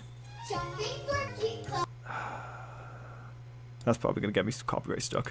They all get a moment to tell Deku their thoughts, except Aoyama and Hagakure. At the very least, Hagakure comments on the whole situation, but she never talks to Deku like everyone else does. But Aoyama, besides saying "we" one time, doesn't speak during the entire section where they're trying to save Deku, and we don't see his face during that time either. In fact, the last time we saw Aoyama in the manga was the same chapter we see the UA barrier, meaning that he wasn't even there when all the boys got together to give Deku a bath after the events of his solo arc. That is incredibly sus. Like, where is he? Sure, you could say that he's sleeping, but do you see why it's odd that the character that went out of their way to tell Deku that they're so much alike, that he understands Deku, going out of his way to leave gifts of cheese and whatnot, is now distancing himself, is now nowhere to be found, when Deku needs help the most. So what could he be doing? Well, to tie everything back together and get back... Let me just very quickly just make sure that I'm not forgetting something critical here. That's chapter 167. Do I have pictures of 167 saved?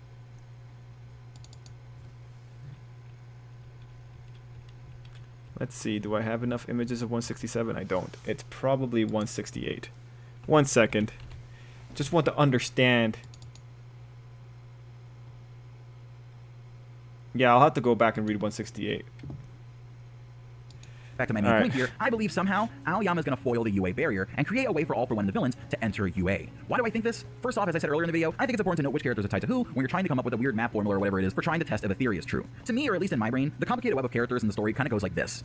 Aoyama is the traitor. He got his quirk from All For One thanks to his family, and was told that in the future, if All For One needs assistance, Aoyama or his family must help. During USJ, Aoyama was sent away to All For One's hideout or a secure location where All For One could start his plan of Aoyama by having the doctor put a device inside of Aoyama's support belt. Aoyama makes it a mystery where he goes, which Tsukauchi notices, and somehow Hagakure becomes involved at this point, either trying to discern what's truly going on with Aoyama or having some idea and sticking close. From there on, the villains know where the students will be due to Aoyama, along with his belt and belongings, being sent to the forest training camp, and I think Dabi, who has already admitted that he doesn't really care about the League's goals, either ignored Aoyama because he flat out didn't care, or noticed him and recognized him, so he just kept on moving. From here, Nezu, Tsukauchi, All Might, and all the other teachers become involved in a plotline and trying to find out who the traitor is. At the same time, the rest of the class grows closer and everyone starts to selflessly develop into a proper hero, but during the provisional license exams, Aoyama has a moment where he tries to sacrifice himself for Ida to be able to pass, but gets very angry oddly and says hey, angrily, towards the rest of his friends who come and save the two. A very odd reaction to have, which is only made Okay, that's a misinterpretation.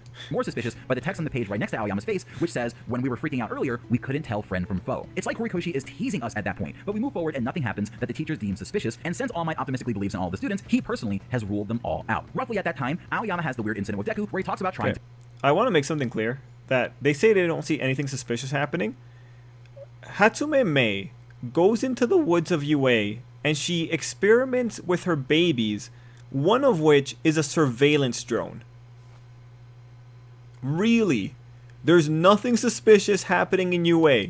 To get closer to him. And keep in mind that Aoyama's room is right next to Deku's. Aoyama reveals to Deku that somehow he knows Deku's in a similar situation to his, that their quirks don't fit their bodies. Aoyama tries to comfort Deku, but it really feels more to me like Aoyama's comparing himself to Deku to tell himself to feel better about what he has to do to stay this way. To keep his quirk and to keep moving forward with his friends, he has to lie to all of them, which is why I think Aoyama made this really sad and ominous face during the conversation with Deku, a face which always stood out as especially odd as well. He pooped his pants. This was the face of a man that's pooped his pants. What comes before it is Aoyama telling Deku that he knows Deku likes surprises, so he gave him one that would make him happy. That to me feels like a two-part bookend, where Horikoshi is going to make a surprise that makes Deku sad. So there's a surprise that makes Deku happy, and of course a surprise that makes Deku sad. That's the kind of thing that authors like to do a lot. But again, he says that he just wanted to make Deku happy with a surprise, and to that Deku replies, "Thanks, your surprise was a huge success, Aoyama," with a really huge smile on his face. But Aoyama just looks forward with that weird, sad, ominous look, almost like he's thinking about Deku's reaction when Aoyama's other surprise is revealed. After some more story goes on, Nezu starts working on the UA barrier. He pooped his pants, man. He pooped his pants. That was the joke. He pooped his pants. And tells the others that assuming nothing happens the next time the League attacks the school, the students are ruled out as traitors, but until then, he can't be sure. Since then, the construction of the UA barrier is complete, and it serves as a last piece of hope for the students and civilians trying to avoid the villains in All for One. We've seen that the base is made up of thousands of shifted plates, which is obviously to go against Shigaraki's decay, which clues us in from a narrative perspective that eventually we'll see Shigaraki trying to decay these, or at least some use of his decay quirk, even if by Nomu, trying to tear these walls down. That ties the UA barrier plot to All Might's plot, since of course his greatest enemy is the main threat to the barrier. And since All Might is convinced none of his students could betray him, we're faced with the possibility of the League attacking again. Nezu and Oh, thank God. Tsukauchi led the investigation into the traitor. Aoyama has been out of the picture since the last time we saw the barrier, and is in an arc featuring him seemingly letting in a strange, dark, wide-eyed, smiling substance through a pipe area that looks familiar to other areas we've seen at UA, colored with the usual completely red background that we see associated with villains in the series. That all leads me to believe one. Now that one is like that. You know, if you want to say Aoyama's a traitor, like yeah, but like God damn it, please make a good argument. Thing that Aoyama is the traitor, and he is about to ruin everything.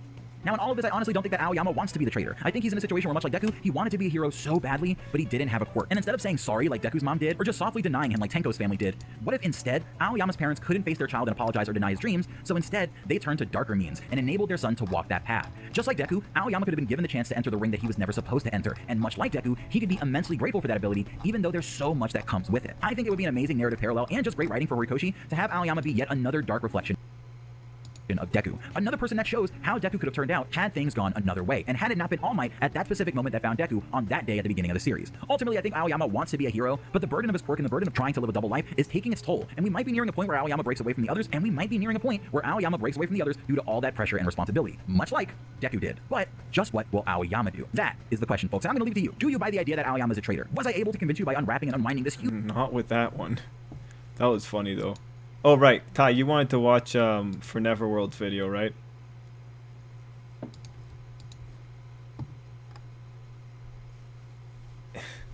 Anyway, YouTube's not receiving enough video. Let's see. She's no longer a hero. She turned into the evil. She transferred to evil. Also thought All for One as the true ruling of Japan. That's just a game theory. Yes, he did say sus. Tiandra's gone. And hey, Jason, yeah, I commented on the video that it could be that maybe he was just ashamed about suggesting to not go after Izuku, and that's why he hasn't faced him yet, and as in he feels like a bad friend or something. You know what's funny about this?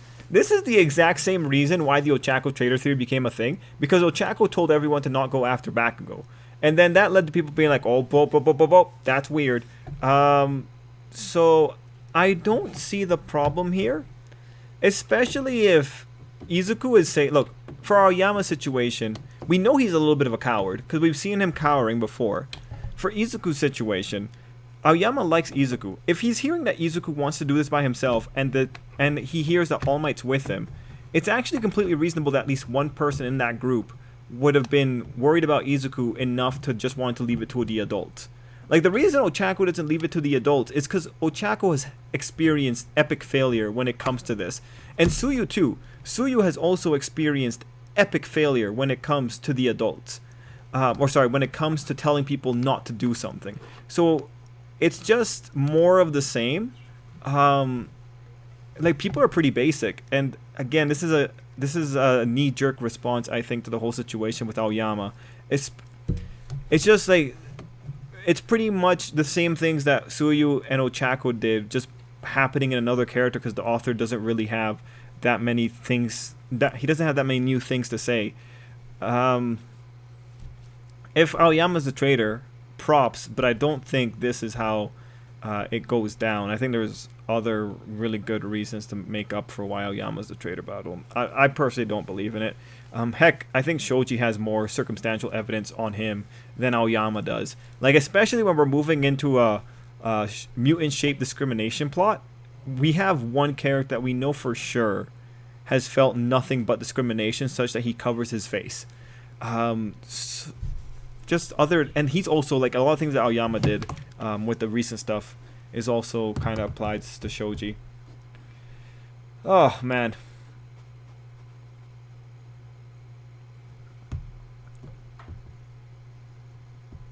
Anyway, Jason, hey man, so you got some interesting stuff here.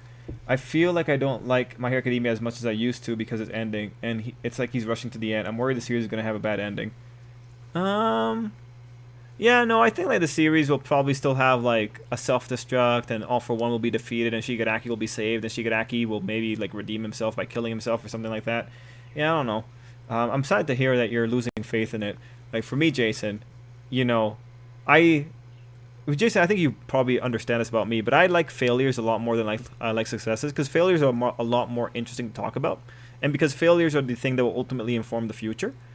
So like if Hero Academia has a failing ending or something like that, I still think that'll be a worthwhile experience for me personally. So I'm very invested. Also, it kind of helps that I have you guys talk to about it, because White Despair is very funny, and I like talking to White Despair and Miguel about these kind of things. Who says he was the only one thinking about his soiled unders? Who says he was only thinking about his soiled underwear? I mean, I would. Remember the police got statements from all the students, so they would have noticed the inconsistent stories of Shoto and Toru. For example, she would have mentioned Shoto threatening the villains. Yeah. This is like fine details. Hey, Terry. These people are the same. The manga is criticized, labeling someone as villain because they act a little creepy. Yep. For me, I just believe Aoyama accidentally knows something concerning the traitor. I think that'd be okay too. I'm at a loss how he turned this into a 20-minute video. People do this in like 3 minutes. Yeah, he walked you through it, right? He walked you through it for a good chunk. I mean, I personally don't like making 20-minute videos, but looking at his editing style, the editing style is pretty simple. Which says... Wait, 1 second. Am I still looking here? Yeah, I am. Yeah, like the editing style is still pretty simple. Like that's probably why he could afford to make it 20 minutes with minimal problem here. Like I also enjoy, you know, cutting corners on videos. Just looking at this one, that was there for a good chunk of time. Yeah, I can see how he got to 20 minutes. I don't think I could do a 20-minute video for this though. I think I'd probably end up being about my normal of like 12 to 17 minutes. Let's see. Jason said, I think Aoyama might be the traitor, but vocal theory is whack. Oh yeah, the theory itself is whack. The conclusion might be still correct. Look up the Forever World, not the one that came out today, unless you want to see it after. Okay, 329. Okay. 1 second. Doop doop doo doo doo doo doo doo doo doop doop.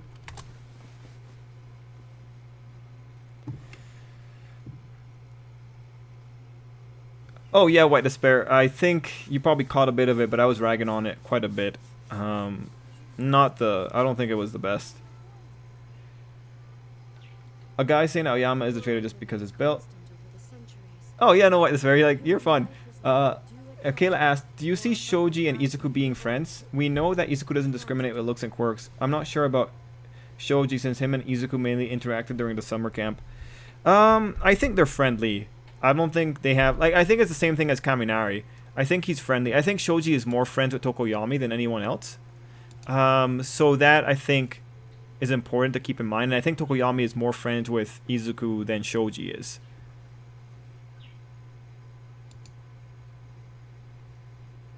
Now, let's see.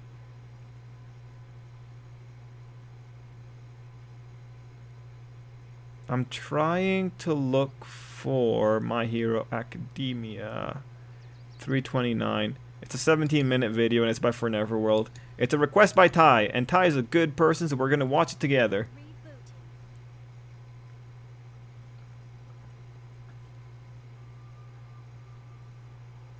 One second, guys. Just an ad is playing on my side.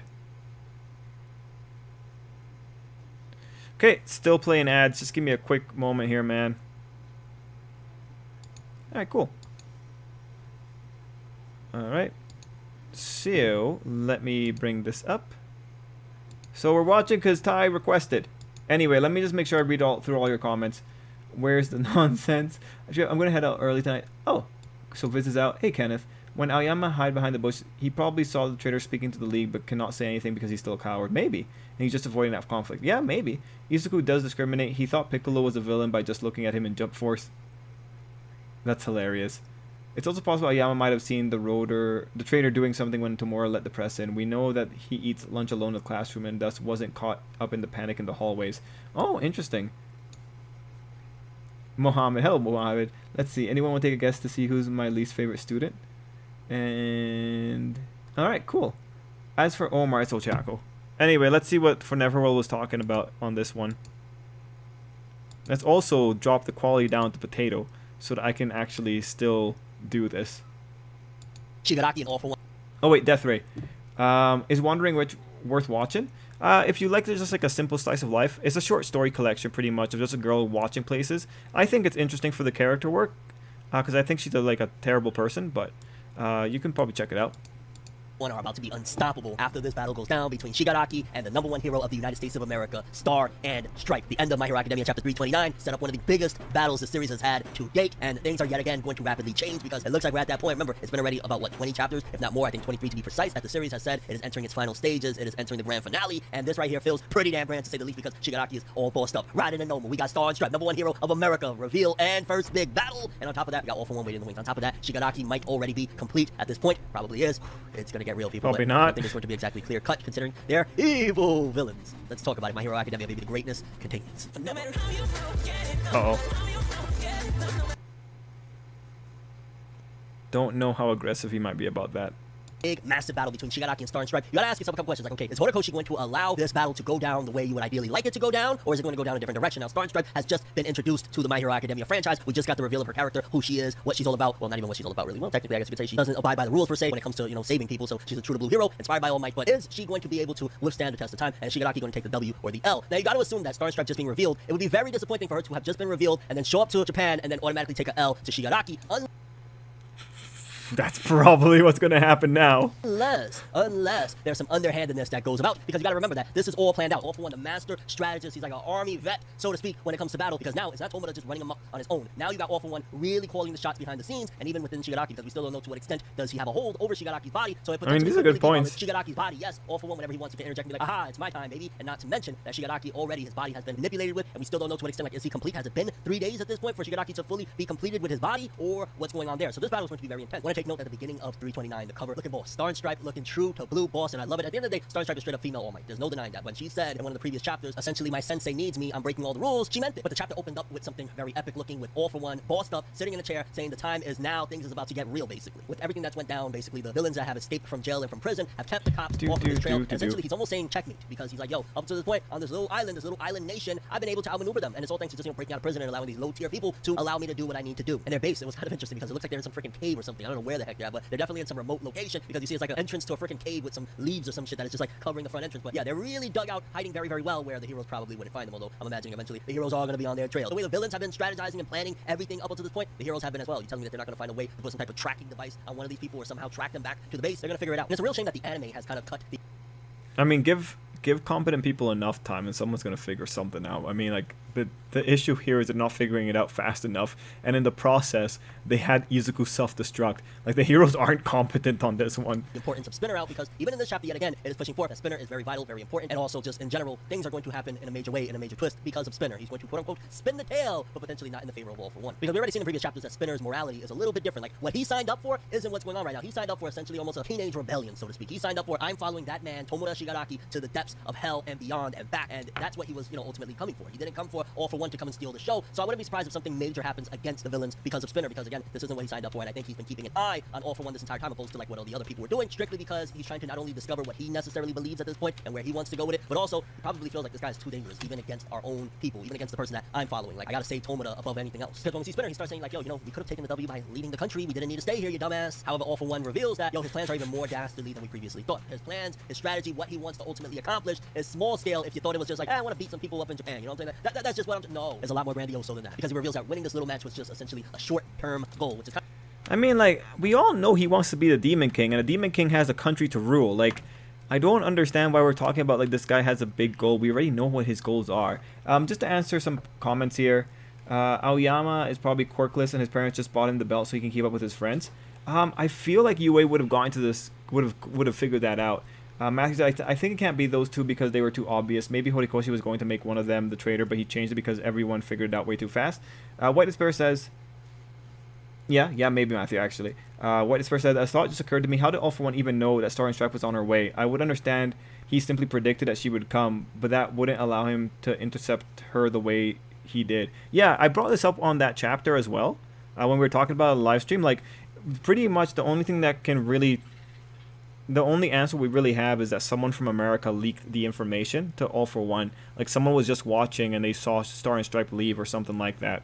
That's the only way that it works, is that he somehow got the information.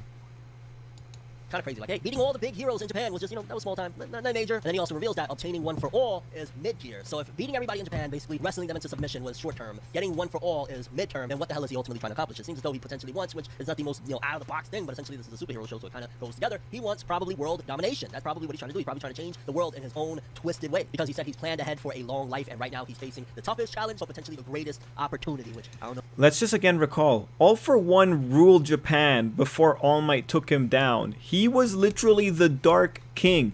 We have people calling him this. He was the king in the shadows. Why are we talking about this as if this isn't some kind of return to glory? Okay. I don't know if I would call Star and Stripe a great opportunity, fam. Well, maybe if he's looking at her in more of a romantic aspect.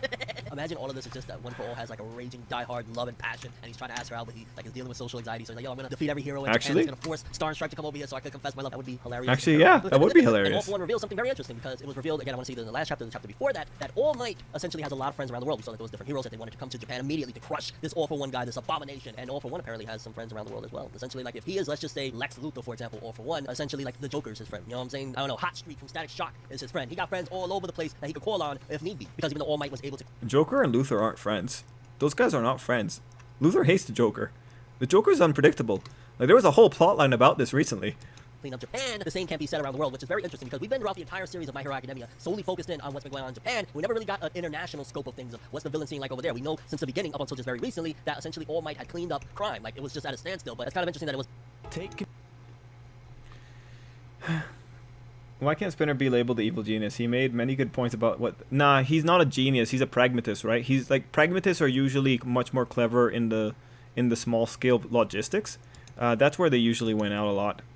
A villain in Japan, just move out of Japan and you can do your villainous dastardly deeds other places. But it's kind of sick, I ain't gonna lie, I loved it when All For One was basically like hinting that, well, since I got these friends all over the place, I can have these friends cause mayhem in their cities to keep those heroes distracted and out of my business, what I got going on over here. So to put it into perspective, basically what the politicians were worried about like, well, who's going to solve our matters over here, our local domestic matters, essentially, yeah, now they're really not going to be able to come over, because, you know, the Joker, Hot Streak, they're gonna cause stuff over there in their cities and their states and their countries, and essentially they're not gonna be able to come and help out All Might and everybody over here in Japan. And Star and Stripe is the obstacle and opportunity, because, well, first of all, Star and Stripe, you know, she represents that America, we're not taking nothing, and she's not going to abide by all of the tricks that he's trying to pull of, yo, I'm gonna keep him distracted, like, yo, right now the Joker, you got something going on over there in America, that's cool, I gotta go help out All Might, I'll get back to you in a little bit. That's the difference between, there's like, a lot of Joker images in this one. Unfortunately, they're gonna abide by those rules, they're gonna figure out, well, we gotta take Hot Streak out, and I don't know why I keep on with the Joker and Hot Streak. I've seen so many DC shows and Marvel, and Nev, your comic book hero nature is just disappointing right now. But we also got big confirmation that Star and Stripe is the strongest woman around. Essentially, Star and Stripe is the creme de la creme, like I said, the female All Might, strength-wise as well. And basically, All For One proclaims that he is gambling right now. Essentially, if he is able to defeat and steal Star and Stripe's powers, essentially the rest of this war is going to be a cakewalk. He'll be able to take out anybody, he'll be able to snatch up One For All and continue on his quest, which, I ain't gonna lie, part of me feels like somehow, some way, not necessarily straightforward, but through trickery and manipulating, I think that they're gonna be successful in it, unfortunately, because I would love to see Star and Stripe kind of crush some dudes, but I kind of feel like, let's just say, for example, the fight begins, Star and Stripe versus Shigaraki, I feel like Star and Stripe is gonna whip him down for a good majority of the time, and then at the fourth quarter, all of a a sudden something crazy is going to happen. They're going to trick her, and they're going to ultimately be able to successfully steal those powers, which is going to lead Deku to have to kind of maneuver even further. Because don't forget, the stronger they get over there, the stronger and the more Deku has to refine his powers, because he's one of the last hopes, which I ain't gonna lie. Like, if All For One is capable of getting Star and Stripe powers, I don't know how Deku is going to be able to manage and keep up with them, just being honest with you. Like, that's from what it looks like with Star and Stripe. Imagine, like, adding an All Might to the already incredible All For One and his arsenal attacks and Shigaraki and the League of Villains, Tabi and all them. Like, you're just making it overkill at this point. So a part of me feels like it'd be too much for them to get Star and Stripe, but then at the same time, it would make sense. So I don't know, maybe he'll be able to get partially some of the quirk. I don't know how it works, but essentially I feel like they're going to be able to unfortunately get it, which again is going to be ridiculously bad for the heroes. And I'm not saying that's going to be immediate. I'm saying that, like, maybe we're going to get a 3-chapter, 4-chapter battle where Star and Stripe is just kicking major tail, and then again at the very last moment, that's when All For One is going to strike. And again, there was more setup that I just feel like, wow, the anime is really going to probably skip over all of this, considering they didn't really focus in on Spinner in the anime, because essentially it looks like Spinner has a cult of people that look up to him. He was a nobody, and he has, like, you know, an animalistic look. So just worth pointing out,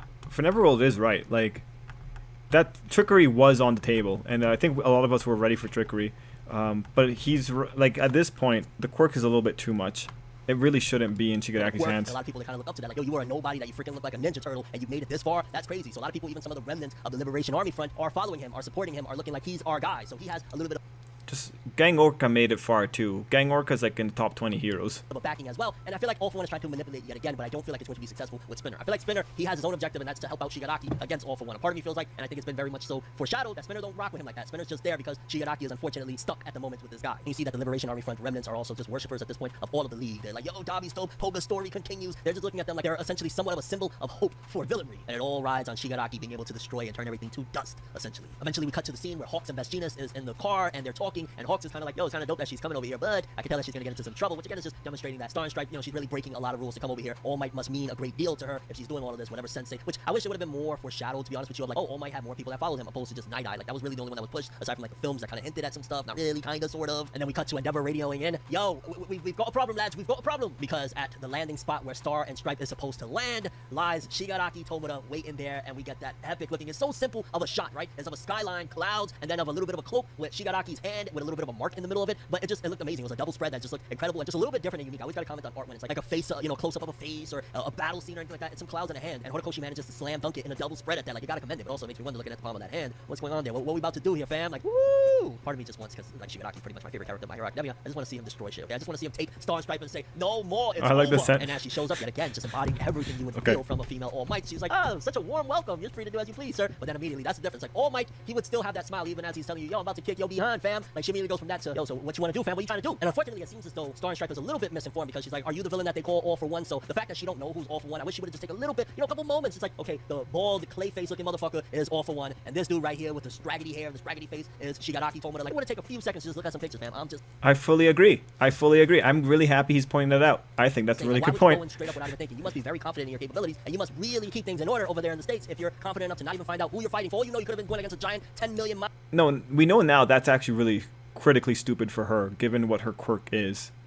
Radius blob, and you're like, I'm here. Like, yeah, Shigaraki about to send you back, baby. Act it. And I'm gonna be waiting right there, like, baby, let me get your luggage. Come over here, Star and Stripe.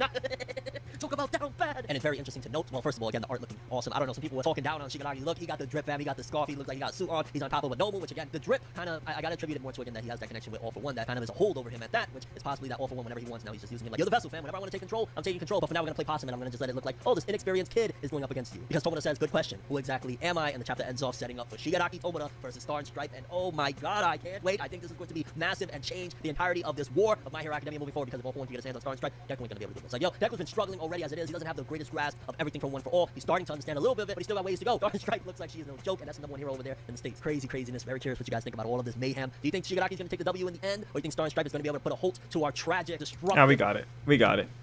Anyway, yeah, no, I found that actually to be pretty fair. Aside from the jokes, I'm never good at jokes. But yeah, no, I found it to be pretty fair, Ty.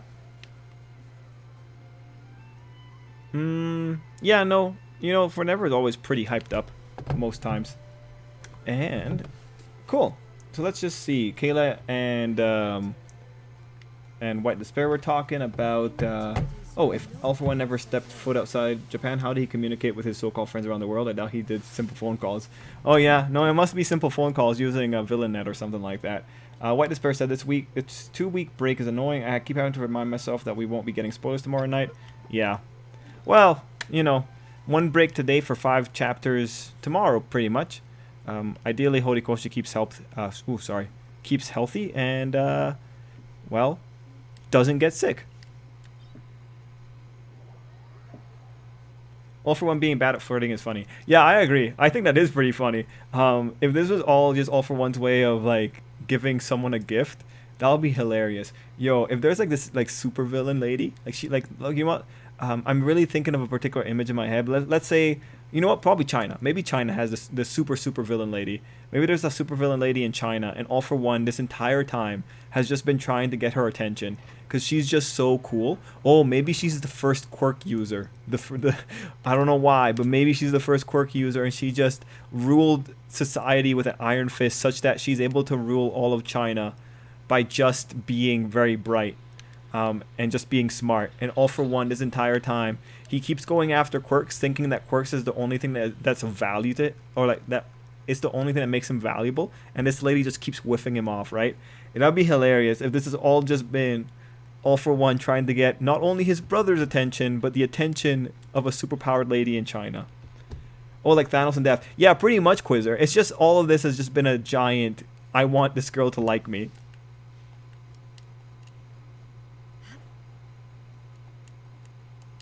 Oh, Omar, you give him steroids. You swap his anxiety pills with steroids.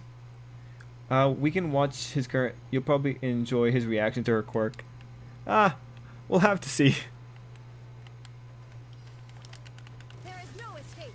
I think like that's still it's such an overpowered quirk. But yeah, I am now 100% in on the idea that All for One just really wants to impress a girl. I mean, like, for a lot of villains, like when you look at it, a lot of villains are ultimately motivated by a woman, if they're guys. You know what? Some villains are also motivated by girls. I just thought of the one girl from whatchamacallit, from Code Geass, and she pretty much made a nuke in response to her little tragedy there. Zuma shines eternal.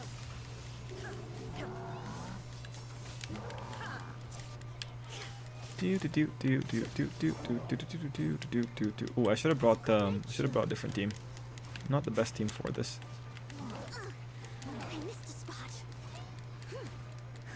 spot. No, not C2. It was God, I forget that girl's name, man. It was the girl that was rubbing herself against the table whenever she was thinking of Princess Euphemia or whatever her name was.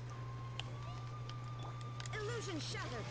It was like it was the scientist girl. Yeah, no, man, I've completely forgotten what her name was. Sorry. Shine down. Submit. Nina. Thanks, man. Thanks, random. Yeah, Nina. That sounds right. Yeah, that one.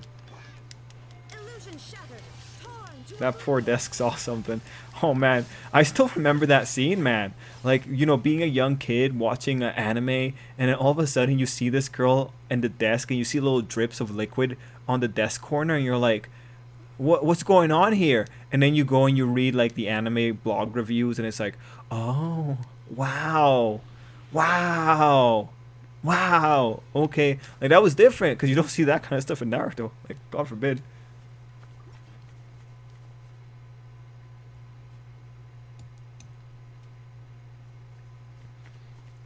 All for One X Light Baby confirmed man-child. All for One trying to make Onslaught from X-Men. So All for One, this world Tano is the little simp. All for One is Naokisaki 2.0.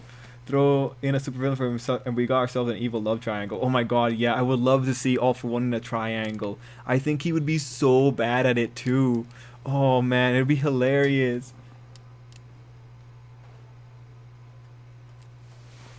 Just started see. Oh, okay, you're on Code Geass. All right, you know that's gonna be great, Quizzer. After you watch Code Geass, watch the movies too, for an alternate universe. Let's see. Trip, do you think Sanji can 100% beat Zoro with his new buff? No. Omar, you don't Omar, listen, you can't get carried away with this. Oh, oops. You can't get taken away with this, Omar, because what Oda is doing, Sanji's actually really weak. Sanji, again, the thing that you have to look with Sanji is that he came into the New World and he was using his Enies Lobby power-up, and the first time that Zoro used his Enies Lobby power-up was against Kaido. Like, Zoro is still stronger than Sanji, and Sanji's been getting all the buffs to get up to Zoro's level, but the reality is now, probably with, like, the next Zoro fight, Zoro's going to discover something about himself, and he's going to be strong again. So, like, the Sanji buffs are just there to make Sanji less of a joke, don't get worried about it. It's like it's a non-issue. Like Zoro's probably always going to have an advantage over Sanji. How interesting, the source of all problem in shonens are girls, and they wonder why birth rates are decreasing. Oh yeah, Jason. Yeah, I finished Chapel Wait. I liked the ending. I think I would have enjoyed more of a what's the word? Oh, an epilogue. I would have liked more of an epilogue. Like I felt like the last little bit of it kind of dragged a little bit, just because I wanted to know. Oh yeah, show me what the world looks like in like 10 years or something. I'm not sure if it's gonna get season 2. That's why I kind of wanted to just see what life is like for this guy that's going to live forever. Also, I think he should have taken his daughter with him. I think that was kind of short-sighted. I would have taken Loa with me if I was in his position, because there's no point trying to let her live a normal life. Might as well just let her live with you, because that's, at least she'll be with someone that understands her particular problems.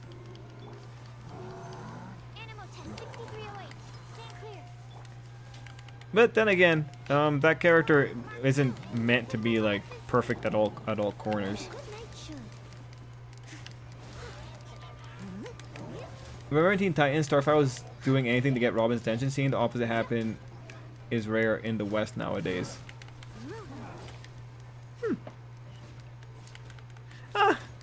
In comics, right? I remember, like, I feel like sitcoms, especially young adult sitcoms, have a lot of plots about people trying to get another person's attention. Maybe not in comics, but I see that a lot. Like if you're watching like a male POV, you see it a lot. But again, I don't know about comics that well, so I can't really say too much, Ty.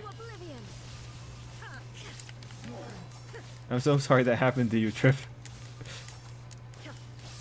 I think Hody is going to have quite a flawed ending at this pace. He might just be really burnt out. Yeah, maybe, Jason. Like, do I think the ending's going to make everyone happy? No. I think I said this one time in a video a long time ago, but I think Horikoshi can't keep up with All for One.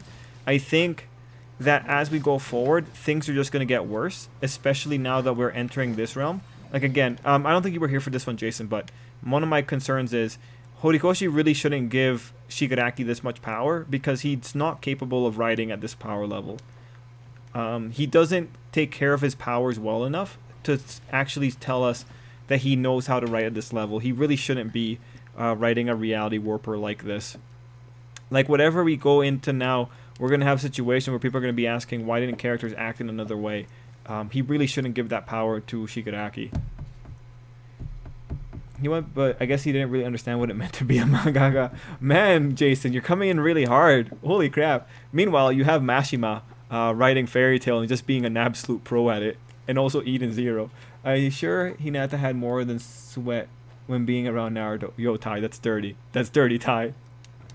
Oh yeah, Ty. Yeah, Skelly and I pretty much finished Star Wars Vision on the weekend. As a dutiful maid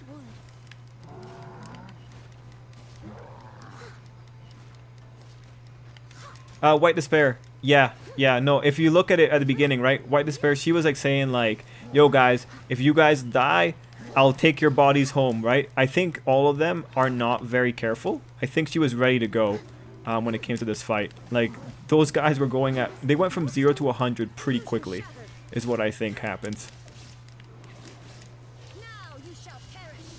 Yeah, like, those guys were ready to die at that point when you have... with the way that they're talking about it, they're 100% ready to die.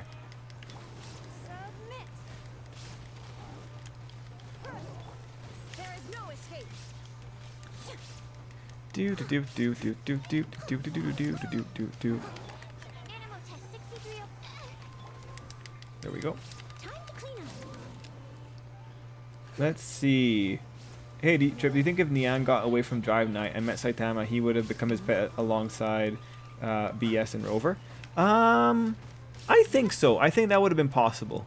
That said, Rover is cute. Like, it depends on if Nian can be cute, Terry. I only remember Nian as being kind of creepy.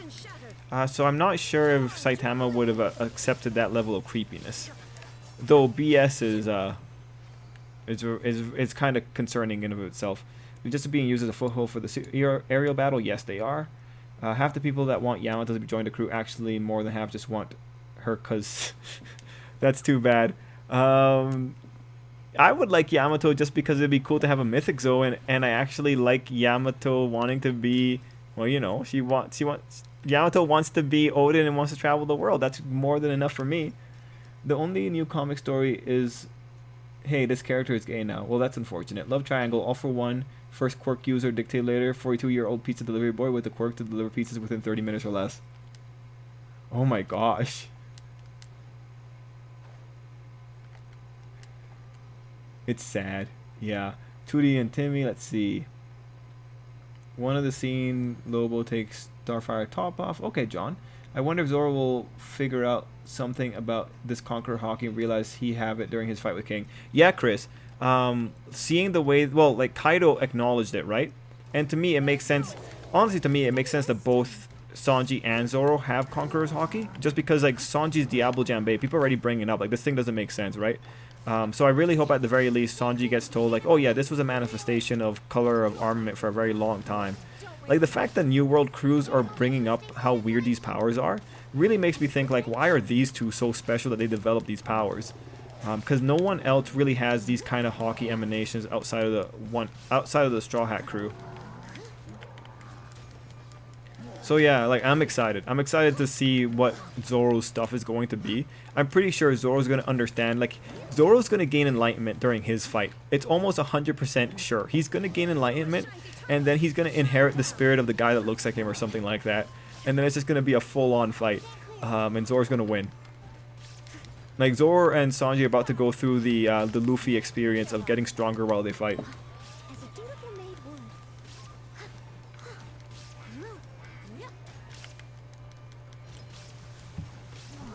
Let's see, I was going by the animated Teen Titans series strip. Funny, it was inspired by anime. Yeah, no, I figured that you were talking about that Teen Titans. What is your opinion on what comes next in Hero Academia? Well, I really hope, Mega, that it ends in a situation where All For One and Shigaraki are not able to get Thingamajig's quirk, and that it just goes back to status quo, and it pretty much just sets up the fact that this is pretty much Izuku has to save the world now. What if All For One is mad that his brother was better with the ladies? Yo, yeah, actually, I see that kind of energy. Joichi seems to have cool confidence even though he was dirt poor. So All For One might really be jealous about that. I mean, like, Yoichi, come on. Yoichi was cool. The man's even willing to take responsibility for his brother being stupid. That's a cool guy. Yeah, I could see him pull.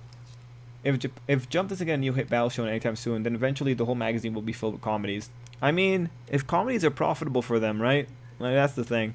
They might be discouraging comedies right now, though. We'll have to see. Star and Stripe will lose the fight but keep her quirk. While she's recovering at UA, she'll get her strength back by seeing the true love Momo and Mineta have and use their OP-ness to double her power. Oh, Terry. As you would say, I'm being really aggressive. Hody needs to understand what My Academia hasn't just been a part of his world for years, but always his fans. I want him to tell the story he wants to, but to tell it in the best possible way and not shortchange just because he just couldn't hack it. Jason, you know what, Jason? I don't know if you are being aggressive. I feel like you're just sad, man. I've never seen this side of you, Jason. Damn, man. I feel for you, man. Like, what part made you kind of lose hope here? Is it just the way that Star and Stripes been handled? Like, damn, man. You're making me feel sad. I like you, Jason. It makes me feel sad. I wanna have fun making fun of Hero Academia when it deserves it together, you know? Star has arrived to overwrite the final Izuku pairing. Realistically, if this is a big if, All For One succeeded in taking New Order and One For All while the WHA hesitates, this would cause a world war or a full world takeover.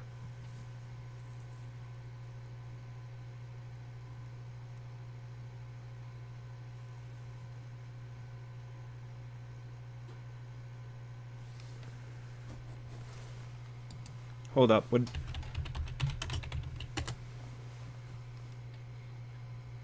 Oh, yeah. So, Sar just said that Japan's Mount Aso erupts. Damn. Let's hope it doesn't trigger any more eruptions.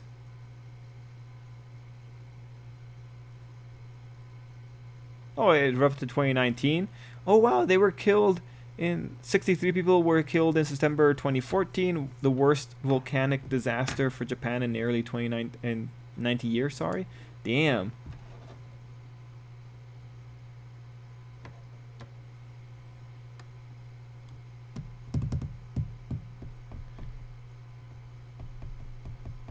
Let's see.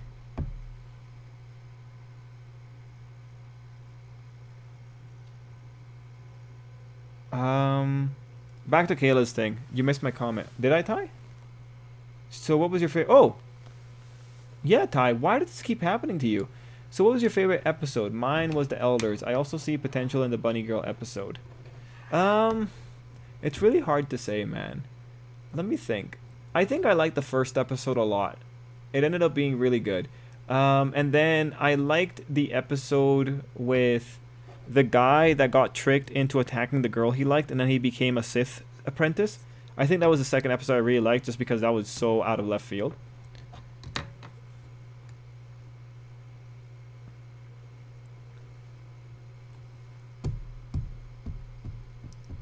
Anyway, let me go through the comments. I think for Sanji case, it's more of his power from Judge coming to him now, and he will keep his emotion instead of losing it, than him using Conquer Hockey. Yeah, I agree with you on that one. Like right now, he's getting the enhancements, and I do think he's going to keep his emotion. But he's getting the enhancements now, likely because of the stress that the bodysuit put on him. That said, Diablo Jambay itself, I think, is a hockey manifestation, and I don't think that power came from Judge. Although if Oda wants to say that it did come from Judge somehow, then sure. But you know, it's just an issue of Zoro is a character that uses tools and strength, right? The enhancements to Sanji's body are essentially tools for him. So I do think there is still an opportunity for Sanji to have Conqueror's Hockey later. If not here, he'll probably have it later, but I really want more exploration on Diablo Jambay. That's what I definitely want. I want more confirmation on that. I would really like it if, as the wings of the Straw Hat crew, both Zoro and Sanji have some of the similar power sets. At least like in broad strokes. Do you believe that maybe she's going to lose and she uses her power to give her power in order and it's sent to All Might? Whoa, actually, Mega, I thought that maybe she would lock up the quirk itself. Like, she would tell herself that she doesn't have a quirk. But if she sends that quirk to All Might, that'll be interesting. That'd be very interesting. Crap. But I don't know if she can actually... I don't know if she could affect someone else through a quirk on herself. We'll have to see. Sar talked passionate, struggle of being a fan. I remember hearing in top 20 adult graphic novels September, there's only one comic book, Batman Fortnite. The rest are shown in manga. Oh, the genre aimed at young boys is more adult than most comics. Nice. Jason said, oh, by the way, it seems you were correct about Red Hood. Latest chapter implies it's indeed getting cancelled. Oh, is it finally happening? Like, Red Hood's getting cancelled. There's no way around it, right? We've already been talking about this. And then Neru is going to be right behind it. But let me just check Live Journal here. Let me see what the table of contents is. Because there's no new series coming up right now. So I'm not sure if it's going to get cancelled this week. We need to wait for a new series to arrive, because then we'll know whether or not it gets cancelled.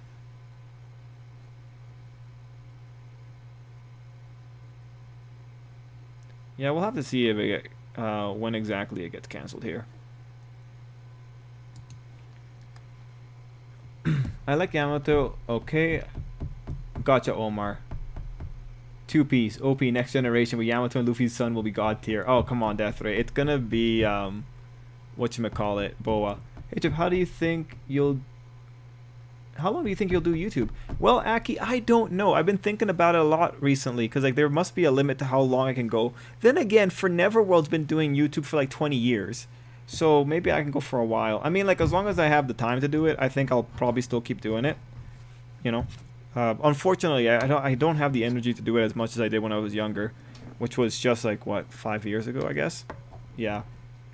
Life just kind of wears you down. Yeah. I think as long as anime is still fun, we can talk about it, and I'll probably still make some videos here. Probably sometimes still make some, you know, trivia videos for people.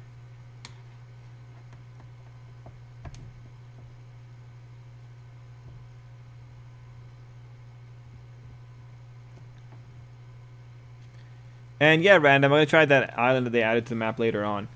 Let's see. I know this is random, but I like mentioning Toga since to me her and Deku's interactions like Catwoman and Batman. And do you think Horikoshi took the aspect of female villain going after the main? Do you think Horikoshi took the aspect of a female villain going after the main male hero in the story? No, Kayla. I don't see that at all because Toga's too crazy. Like, Toga's too insane. Like, Toga, to me, seems more consistent with crazy anime girls in Japan. Like, if you look at Black Clover, you kind of have a girl that's interested in Asta, and she's, like, a villain, and she's, like, want to experiment on him. Just from my perspective, like, we've seen clingy, crazy girls in all of anime. Like, when it comes to Naruto, Sasuke had Karen kind of clinging on him for that portion of time. Yeah, no, for me, the character archetype that Toga it feels really prevalent in anime just because when I saw her, I didn't think, like, this is entirely new work. This is just like, oh, this is more of the same. Crazy, evil girl likes the main character. I'm trying to think of more examples here, but, like, these kind of characters, I just kind of just erase them from my head because I don't think they're very worth a lot. I mean, like, to be fair, Toga at the beginning wasn't worth a lot because the author himself had to change her trajectory when he realized how popular she was.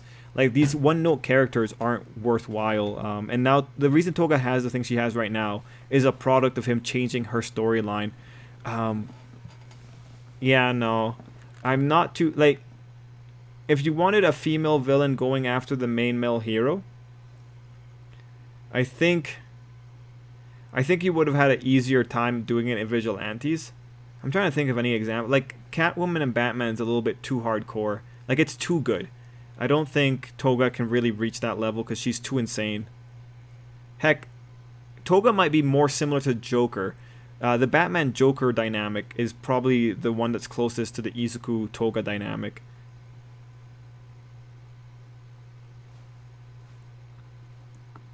For me, the best outcome would be this for Star's quirk to just be erased from existence because whatever side gets it basically wins. I agree, N63. I think the best thing to do is erase it, even though that would just be such a waste of time.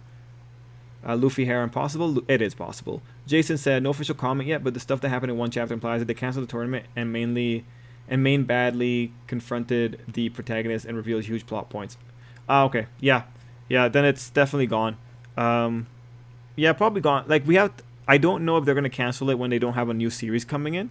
But once we see a new series coming in, that's probably when they're canceling it. The superior protagonist, Simp, Hibana, greater than Boa. Oh, Kayla, no. The teary face. Sally. Ah, yeah, Quizzer, Sally. Have you seen latest Uzaki? What about Shield Hero? The latest Kumo Desu had nice face expressions. No, I haven't. I haven't seen any of the latest stuff. I'm used to the pairing I want not happening. Been reading Narusaku fanfiction for years. Oh, gotcha, Deathray. You ever watch the anime called... it's really good, but the ending is divisive like Death Note. Harley Quinn? Toga's a discount Harley Quinn. I thought Harley Quinn was more interested in Batman. Does she have something going on with... in Joker. Does she have something going on with Batman? But otherwise... Back to Tai. No, I never watched that one, Tai. I don't think I did. I think I might have watched one episode, but that was a long time ago. If you think about it, dynamic with Toga and Stain follow the same archetype as Joker and Harley. The newest chapter, Red Hood and comment implied it's canceled within the next few chapters. Gotcha. Death Ray, what were the author's comments? I don't read the author comments because usually it's just foolishness. And I say that very, very, I say that with a lot of kindness in my heart. You know, it's just random musings.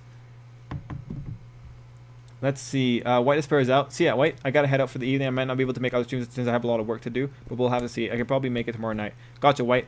Toga is not Harley Quinn because Joker messed up Harley, but if that reality bending quirk ends in All Might, then when he dies, it'd go to Izuku, and then he use it to make All for One and One for All disappear.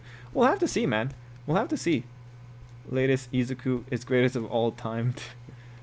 And okay, lots of opinions about Joker and Harley. Harley Quinn did sleep with Nightwing.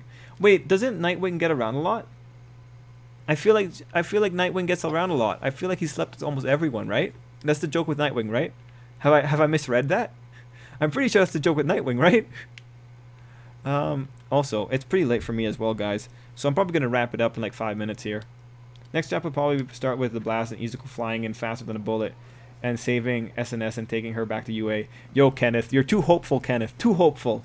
Oh, no, man. Harley Quinn was made be crazy by the Joker. Yeah. Alright, cool. Yeah, Nightwing. Like, that's what I've always heard about Nightwing. He's just a giant guy for sleeping around. Actually, so I grew up watching the Teen Titans cartoon. I really like Nightwing and Starfire, but I know there's other picks for Nightwing's official pairing. Which ones are you guys partial to? If you guys, especially for the comic guys, don't treat Nightwing like a playboy, please. Ah, good night, Jason. Wait, but Kayla, isn't he a manslut? I thought that was the thing with him. He just kind of sleeps around with everyone. Isn't that what he does? I'm just making an observation.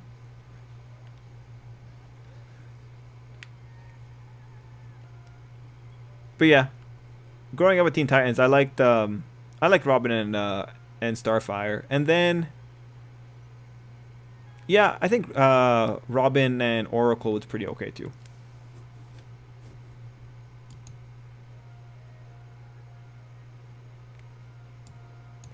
Kayla, no, Kayla, don't be teary-eyed.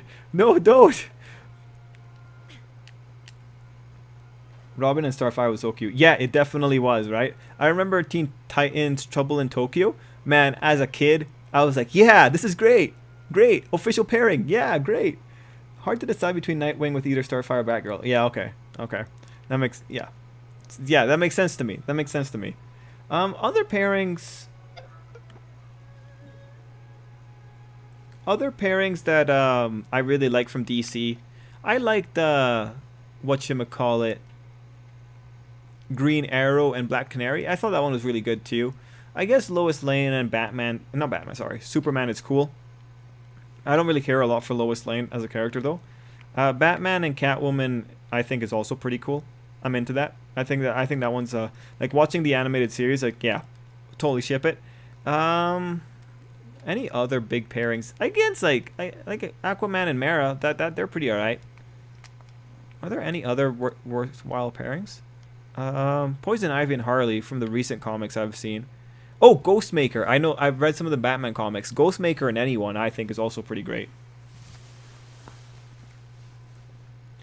Let's see. Are you a fan of Horikoshi recent writing style where he does a 3-month time skip just to go back to present time 3 chapters later?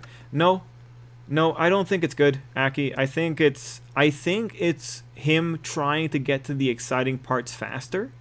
But the thing is, with that writing style, first off, he screwed over Red Hood because Red Hood tried to do that as well, and you shouldn't be doing that. And then with the writing style now, it doesn't make for a good story. It makes for maybe a good week-to-week manga when it's at its final stages because you keep the excitement going up. But nah, I don't think it's good. I think the style reveals its flaws the moment that you have to go back in time to show things. And I think when you have the rest of Hero Academia a particular way, there's a lack of consistency maybe.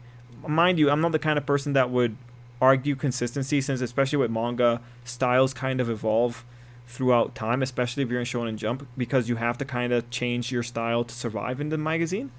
So I try to be a little bit kind there, but it's a style fraught with weaknesses, and it really only serves to get people hyped up week to week, and I don't think it serves really well in a continuous story. Like if you were doing this in a novel, I think that would be a giant waste of time. I think you would get a lot of really harsh criticisms, because novels, for this kind of genre, like novel storylines are more preferred to be linear.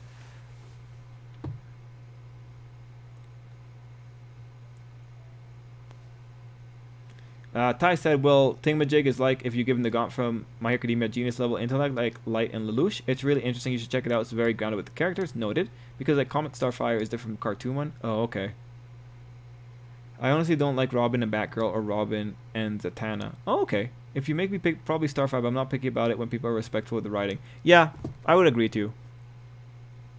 Robin and Raven is so cute. Oh, right. People want me to read the Robin comic. I gotta do that. Let's see. It feels confusing and annoying. Well, I agree on the annoying Aki. They aired that last year a lot on Cartoon Network. Then my cable company comes out and takes out the channel for me. Oh, that sucks mega. Batman and Catwoman is classic. Batman and Talia. Oh, yeah, that was a good one. Changeling and Raven.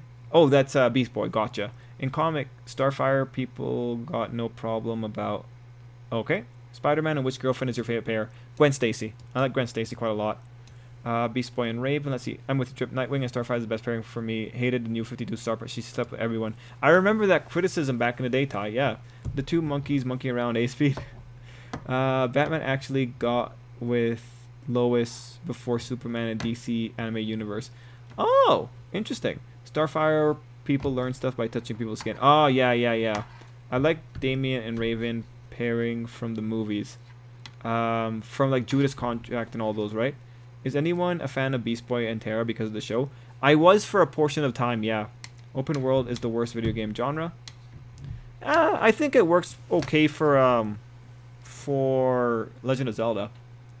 CSR. When it comes to novels, the volume's already finished, whereas in manga you have to keep people excited and invested each week without boring them. Yeah, pretty much, Miguel, right? Like, you understand. Like, if we were to sit down and talk about the nature of both mediums, we would very quickly come to conclusion as to why they end up having different expressions.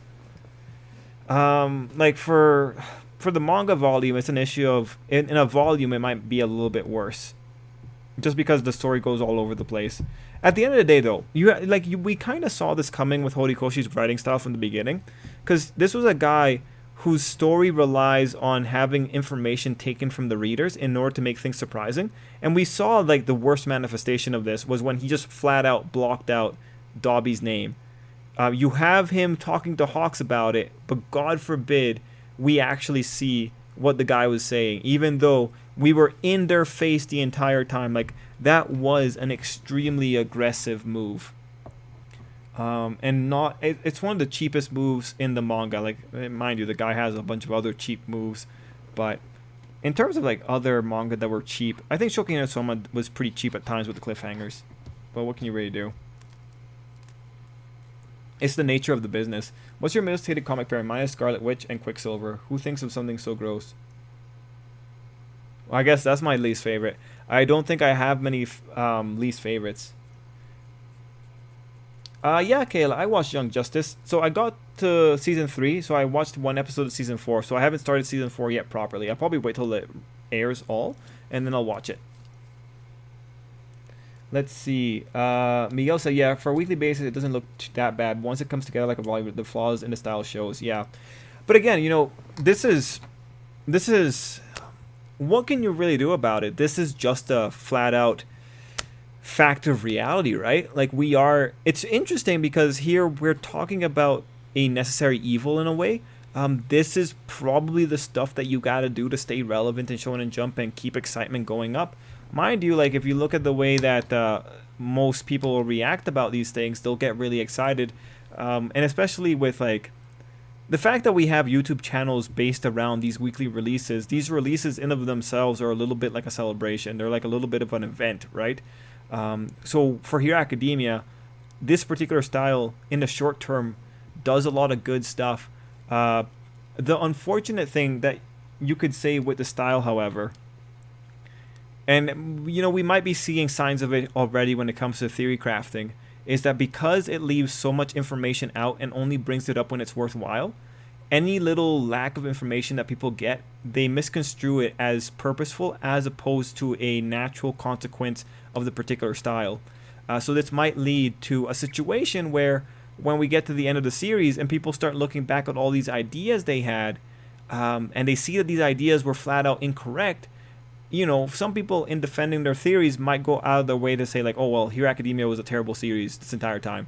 And, you know, there's at this point no real prevention of that. When you look at Hero Academia as a series at the end, there's probably going to be a lot of question marks that the author won't properly be able to answer. And part of it's going to come out from this period of fast-paced storytelling where in chasing the excitement and the hype, he wasn't able to fill in all the details. Mind you, this is one of those spots where you gotta really hope the spin-off material like School Briefs comes in there and gives you that extra little bit of information that makes you think like, okay, this was this was pretty good, right? Like it fills in the gaps and makes you appreciate the story a little bit more. I think it'll be interesting, right?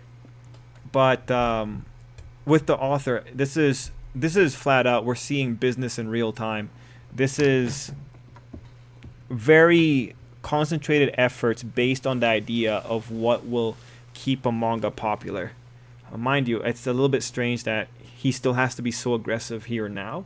Mind you, like Jason has his concerns that maybe the author is also getting burnt out. I mean, the guy wanted to finish the final act in 50 chapters or something, right? That's not the that in of itself is interesting and concerning that he would even think that. Beast Boy and Terra was good. Then I learned Terra in the comics was a full-on supervillain who would do it with Deathstroke. Yeah, the comics. I think Shield Hero just splits. Did you see the Batman trailer? No, not yet, Robert. And I'll check out that chapter, Mega. Did you think the writing style was worse during the Black Deku arc or the War arc? That's a good question. I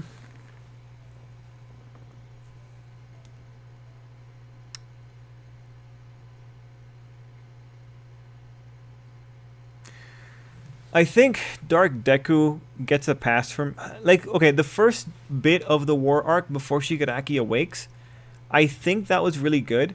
And the style really only showed up at the end with Mirio. That's where it started, like, really showing its face. And then it got worse with Izuku's stuff. Because it was rapid fire cheapness happening more often.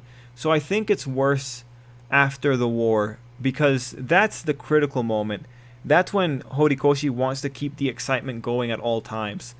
So I think Izuku's arc makes that I think Horikoshi's going to do that arc, and then he's going to keep doing stuff. Mind you, if we're going right now into the final battle here at UA, if UA is the final battle, then I don't think we're going to see that style popping up very often.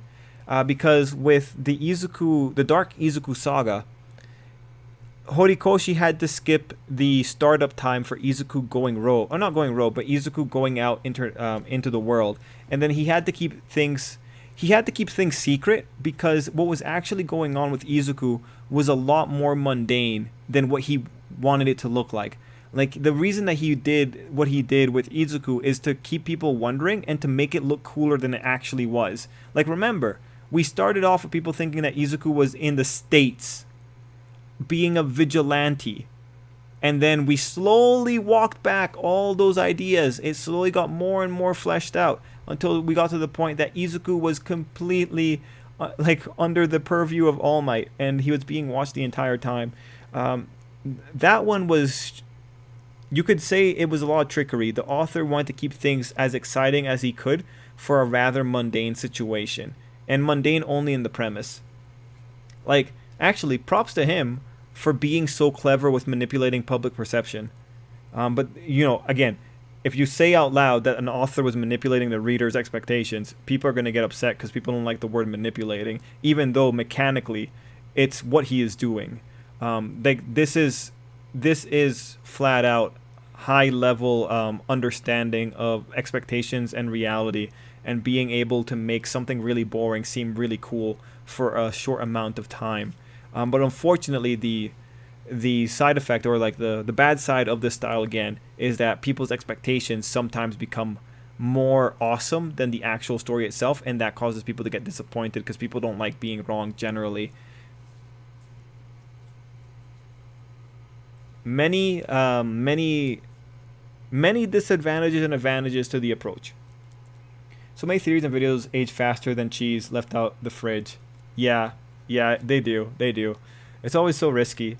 I feel pretty proud of My Hero Academia theories sometimes. Like, there's a few ones that have been a big miss, but there's a few ones that I got pieces of ideas in them correct.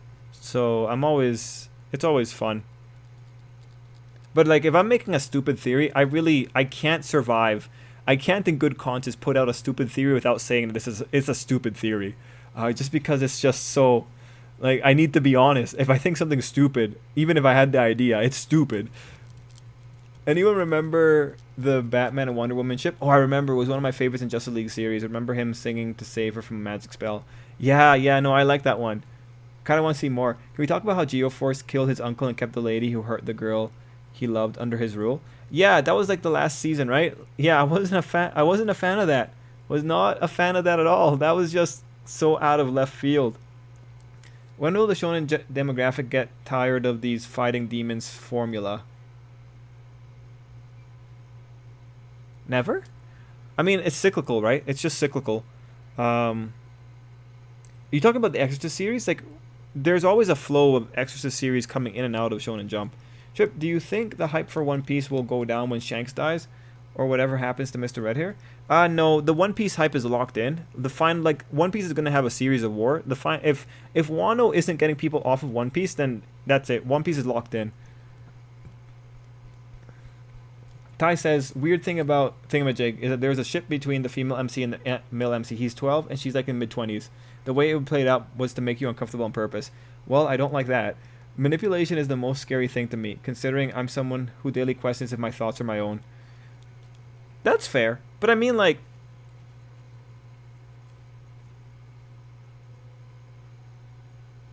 to some degree, the thoughts that you have are biased by the media you consume. So if you think about it from the perspective of you make the choice to consume particular media and you make the choice to think about particular media, the thoughts that you get, ultimately, they come by your own direction, but they are shaped and influenced by the things you see.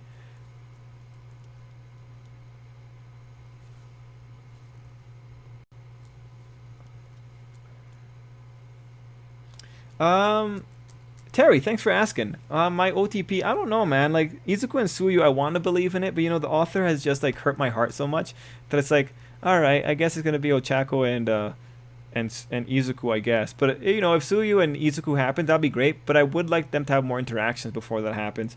If he goes out of left field and just says it's Suyu and Pony, I will respect that till the day I die. Probably, but you never know. When you keep telling Dobby was a loser and it turns out he's a loser, best theory ever. Yeah, no, Dobby, what a loser. Oh, man. I'm still questioning how Japan has a perch on the building look like you'd see them in the US. I was happy when I found out Izuku was still in Japan. Yeah, Kayla, I mean, it's like Japan in the future, right? It's just one of those things, right? Like, again, I remember that one. My tell was the fact that there were cherry blossoms. The cherry blossoms were all I needed to know that. And also the fact that there's no reason to leave Japan. But yeah, good times. If Pokemon Black and White remakes come, do you think they'll be more like Brilliant Diamond, Shine, and Pearl, or go back to Sword and Shield with the models? I you know what, Animamus, ask me again when Brilliant Diamond and Shining Pearl are in my hand, because I want to see if they change anything. Because I have no issue with the graphics if it allows for a more expansive story, right? Like, honestly, I'd rather go back to 2D because I feel like 2D you can do more stuff. So I wouldn't mind going back to 2D stories for Pokemon. And if these chibi graphics make a difference in development, you know, I don't want to close I don't want to close any doors here. So wait till the games come out. If they have more content, then that'll decide my final opinion on it. Kishima and Mina is my favorite at the moment. Wish they had more interactions. Me too. Batman and Wonder Woman is such a good couple in my eyes. Geoforce had me mad for days after that. Yeah, the Geoforce thing, I remember not being happy about it either. I hate series that take place in modern day Japan. Fantasy World is best setting.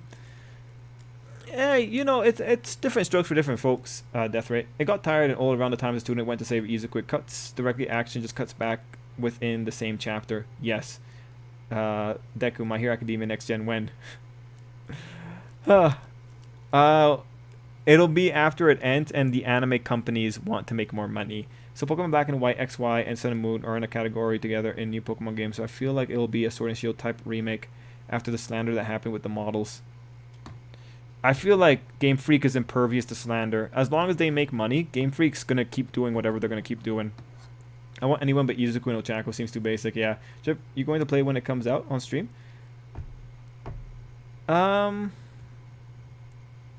Yeah, maybe. It depends on when I get the game.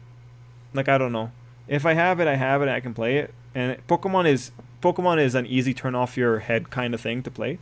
So that'll be good. What about my previous comment? Oh, Mega, did I miss it? One second, Mega. The male MC seems uncomfortable at times, especially towards the last episode. He ended up running away from her since he finally realized she was crazy. She's the main character, but she's also the secret villain. Oh, well, Ty, thank you for spoiling that for me. Now I don't know if I'm going to watch it. Excellent. Thanks, Ty. That was skillful, Ty. That was very skillful. It's okay, Ty. You know me. I'm assuming you said that because you know that I'm the kind of person that just skips to the end anyway. No worries, man.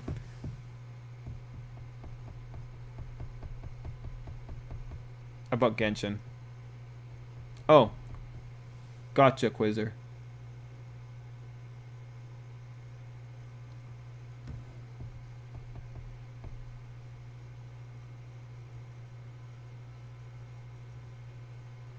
So now let me just very quickly look for Kirby's comment.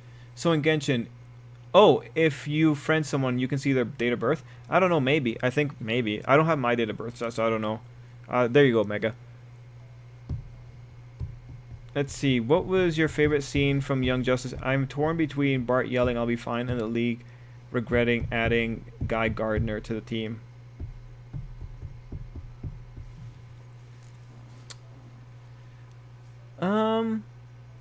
Season 3. You know, it's hard, Kayla, because like my memories of that season are so gone now. I liked, you know, my favorite episodes were the ones that had Nightwing doing stuff. So, Kayla, I'm sorry, but I can't answer you. I think I'll have to rewatch Young Justice and get my memories loaded up. I'm much better at remembering manga. I'm not that good at remembering TV shows, especially not when it's been so long. Kayla, I'm so sorry I'm letting you down here. But I'll think about it, and I'll let you know. I actually liked any of the Black Lightning stuff. I liked anything that involved Batman Incorporated pretty much doing stuff like Black Lightning and the rest infiltrating. Those were my favorite stuff to watch, actually. Bowhunter security always on point. Would you rather it be Izuku's son or Izuku looking for a successor? I'd rather it be about Izuku. I want this to be like Dragon Ball, where Izuku is still the star of the show and is still fighting and is going to the Tournament of Power and is being amazing and like there's no power ceiling. Everyone just keeps getting stronger. That's what I want. I just want Izuku to keep getting stronger. I don't care if it's wish fulfillment. I just want to see the characters happy. I don't need this trash that Boruto, or not trash, but this style that Boruto is doing. That's my personal opinion. I don't like it. Yeah, no. I want more Dragon Ball in my life. I want more Dragon Ball-esqueness here. Like, you can have a Gohan type character, but it has to be about Goku. Let's see. I hope Izuku and Ochako do date for a while, but he eventually gets together with Suyu in the future. Or Mirko. Or, you know, Todoroki's sister. There we go. It's already been established how hard it'd be for Izuku to find a worthy successor. Oh, but yeah, don't worry, man. He'll find a way. If the plot needs it, he'll find a way. Sorry, I may be taking a stab at people, but I always think when people hate on Izuku Ochako being... I automatically think about Izuku and Toga being more toxic and interesting for them. Super Saiyan Deku? I mean, we've already seen it. We've seen it before when Eddie's teamed up with him. Yeah, no, man. The villains being the light while the Backcourt being like, yeah, we'll be the darkness then. Yeah, no, man. Like, the Batman stuff was pretty cool. I liked them being tricky about it, especially because of who they were dealing with. I want to see the story of Izuku being the greatest hero. Yeah, that'd be, yeah. I like Digimon Adventure passing the torch to new kids. It's different though. Like Digimon Adventure, I don't feel that bad when they pass the torch to new kids, but it's not the same for Shonen Jump properties.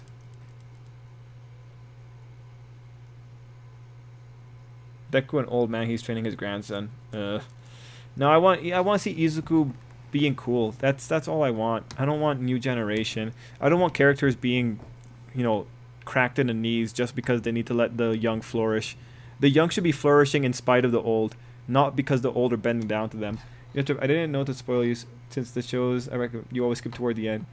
It's more about the journey of the arms dealer with interesting ideals. Yeah, no worries, Ty. I realized that's what it was all about, which I don't really mind. But yeah, I'll check it out. That's interesting, but I remember that I didn't. You know, there must have been a reason I never did watch it. So I wonder what it was that got me off of it. I'll let you know though, Ty. Anyway, guys, I went on for longer than I was going to. But thanks for the conversation. That was really fun. I'm going to call it here. And I'm going to go to sleep. and hopefully have a good night. Do you believe the guy with the mustache and Dragon Ball superhero trailer looks like Dick Dastardly? Yeah, it kind of does. Kind of does. But that's kind of consistent with Toriyama's art style. So, good stuff.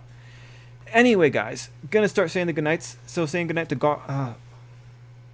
who am I? What name am I looking at? Oh, Robert. Good night to Robert. Good night to Ty. Quizzer. Thanks for being here, Quiz. One Near or Death Ray. Animamus. Matt. Kayla. I already got Ty. Mega Green Kirby. Omar. Aki. Mark. Mark, thanks for showing up and having that little question there. And yeah. I love how funny and cool Dick was in Young Justice. He made a good version of Robin to me. Yep, I agree. Oh, good night to Terry. And AN683, good night to you as well.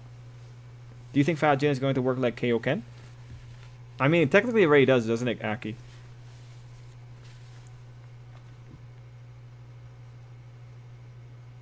No worries, Robert. Good night. Good night again, Robert. But yeah, guys, thanks so much for being here. What was your Traveler on Genshin? I mean, it's the Male Traveler, Mega. I think that's what you're asking. Yeah, great, Mark. Always happy to have you here. Glad you're still on the force, man. Anyway, guys, yeah.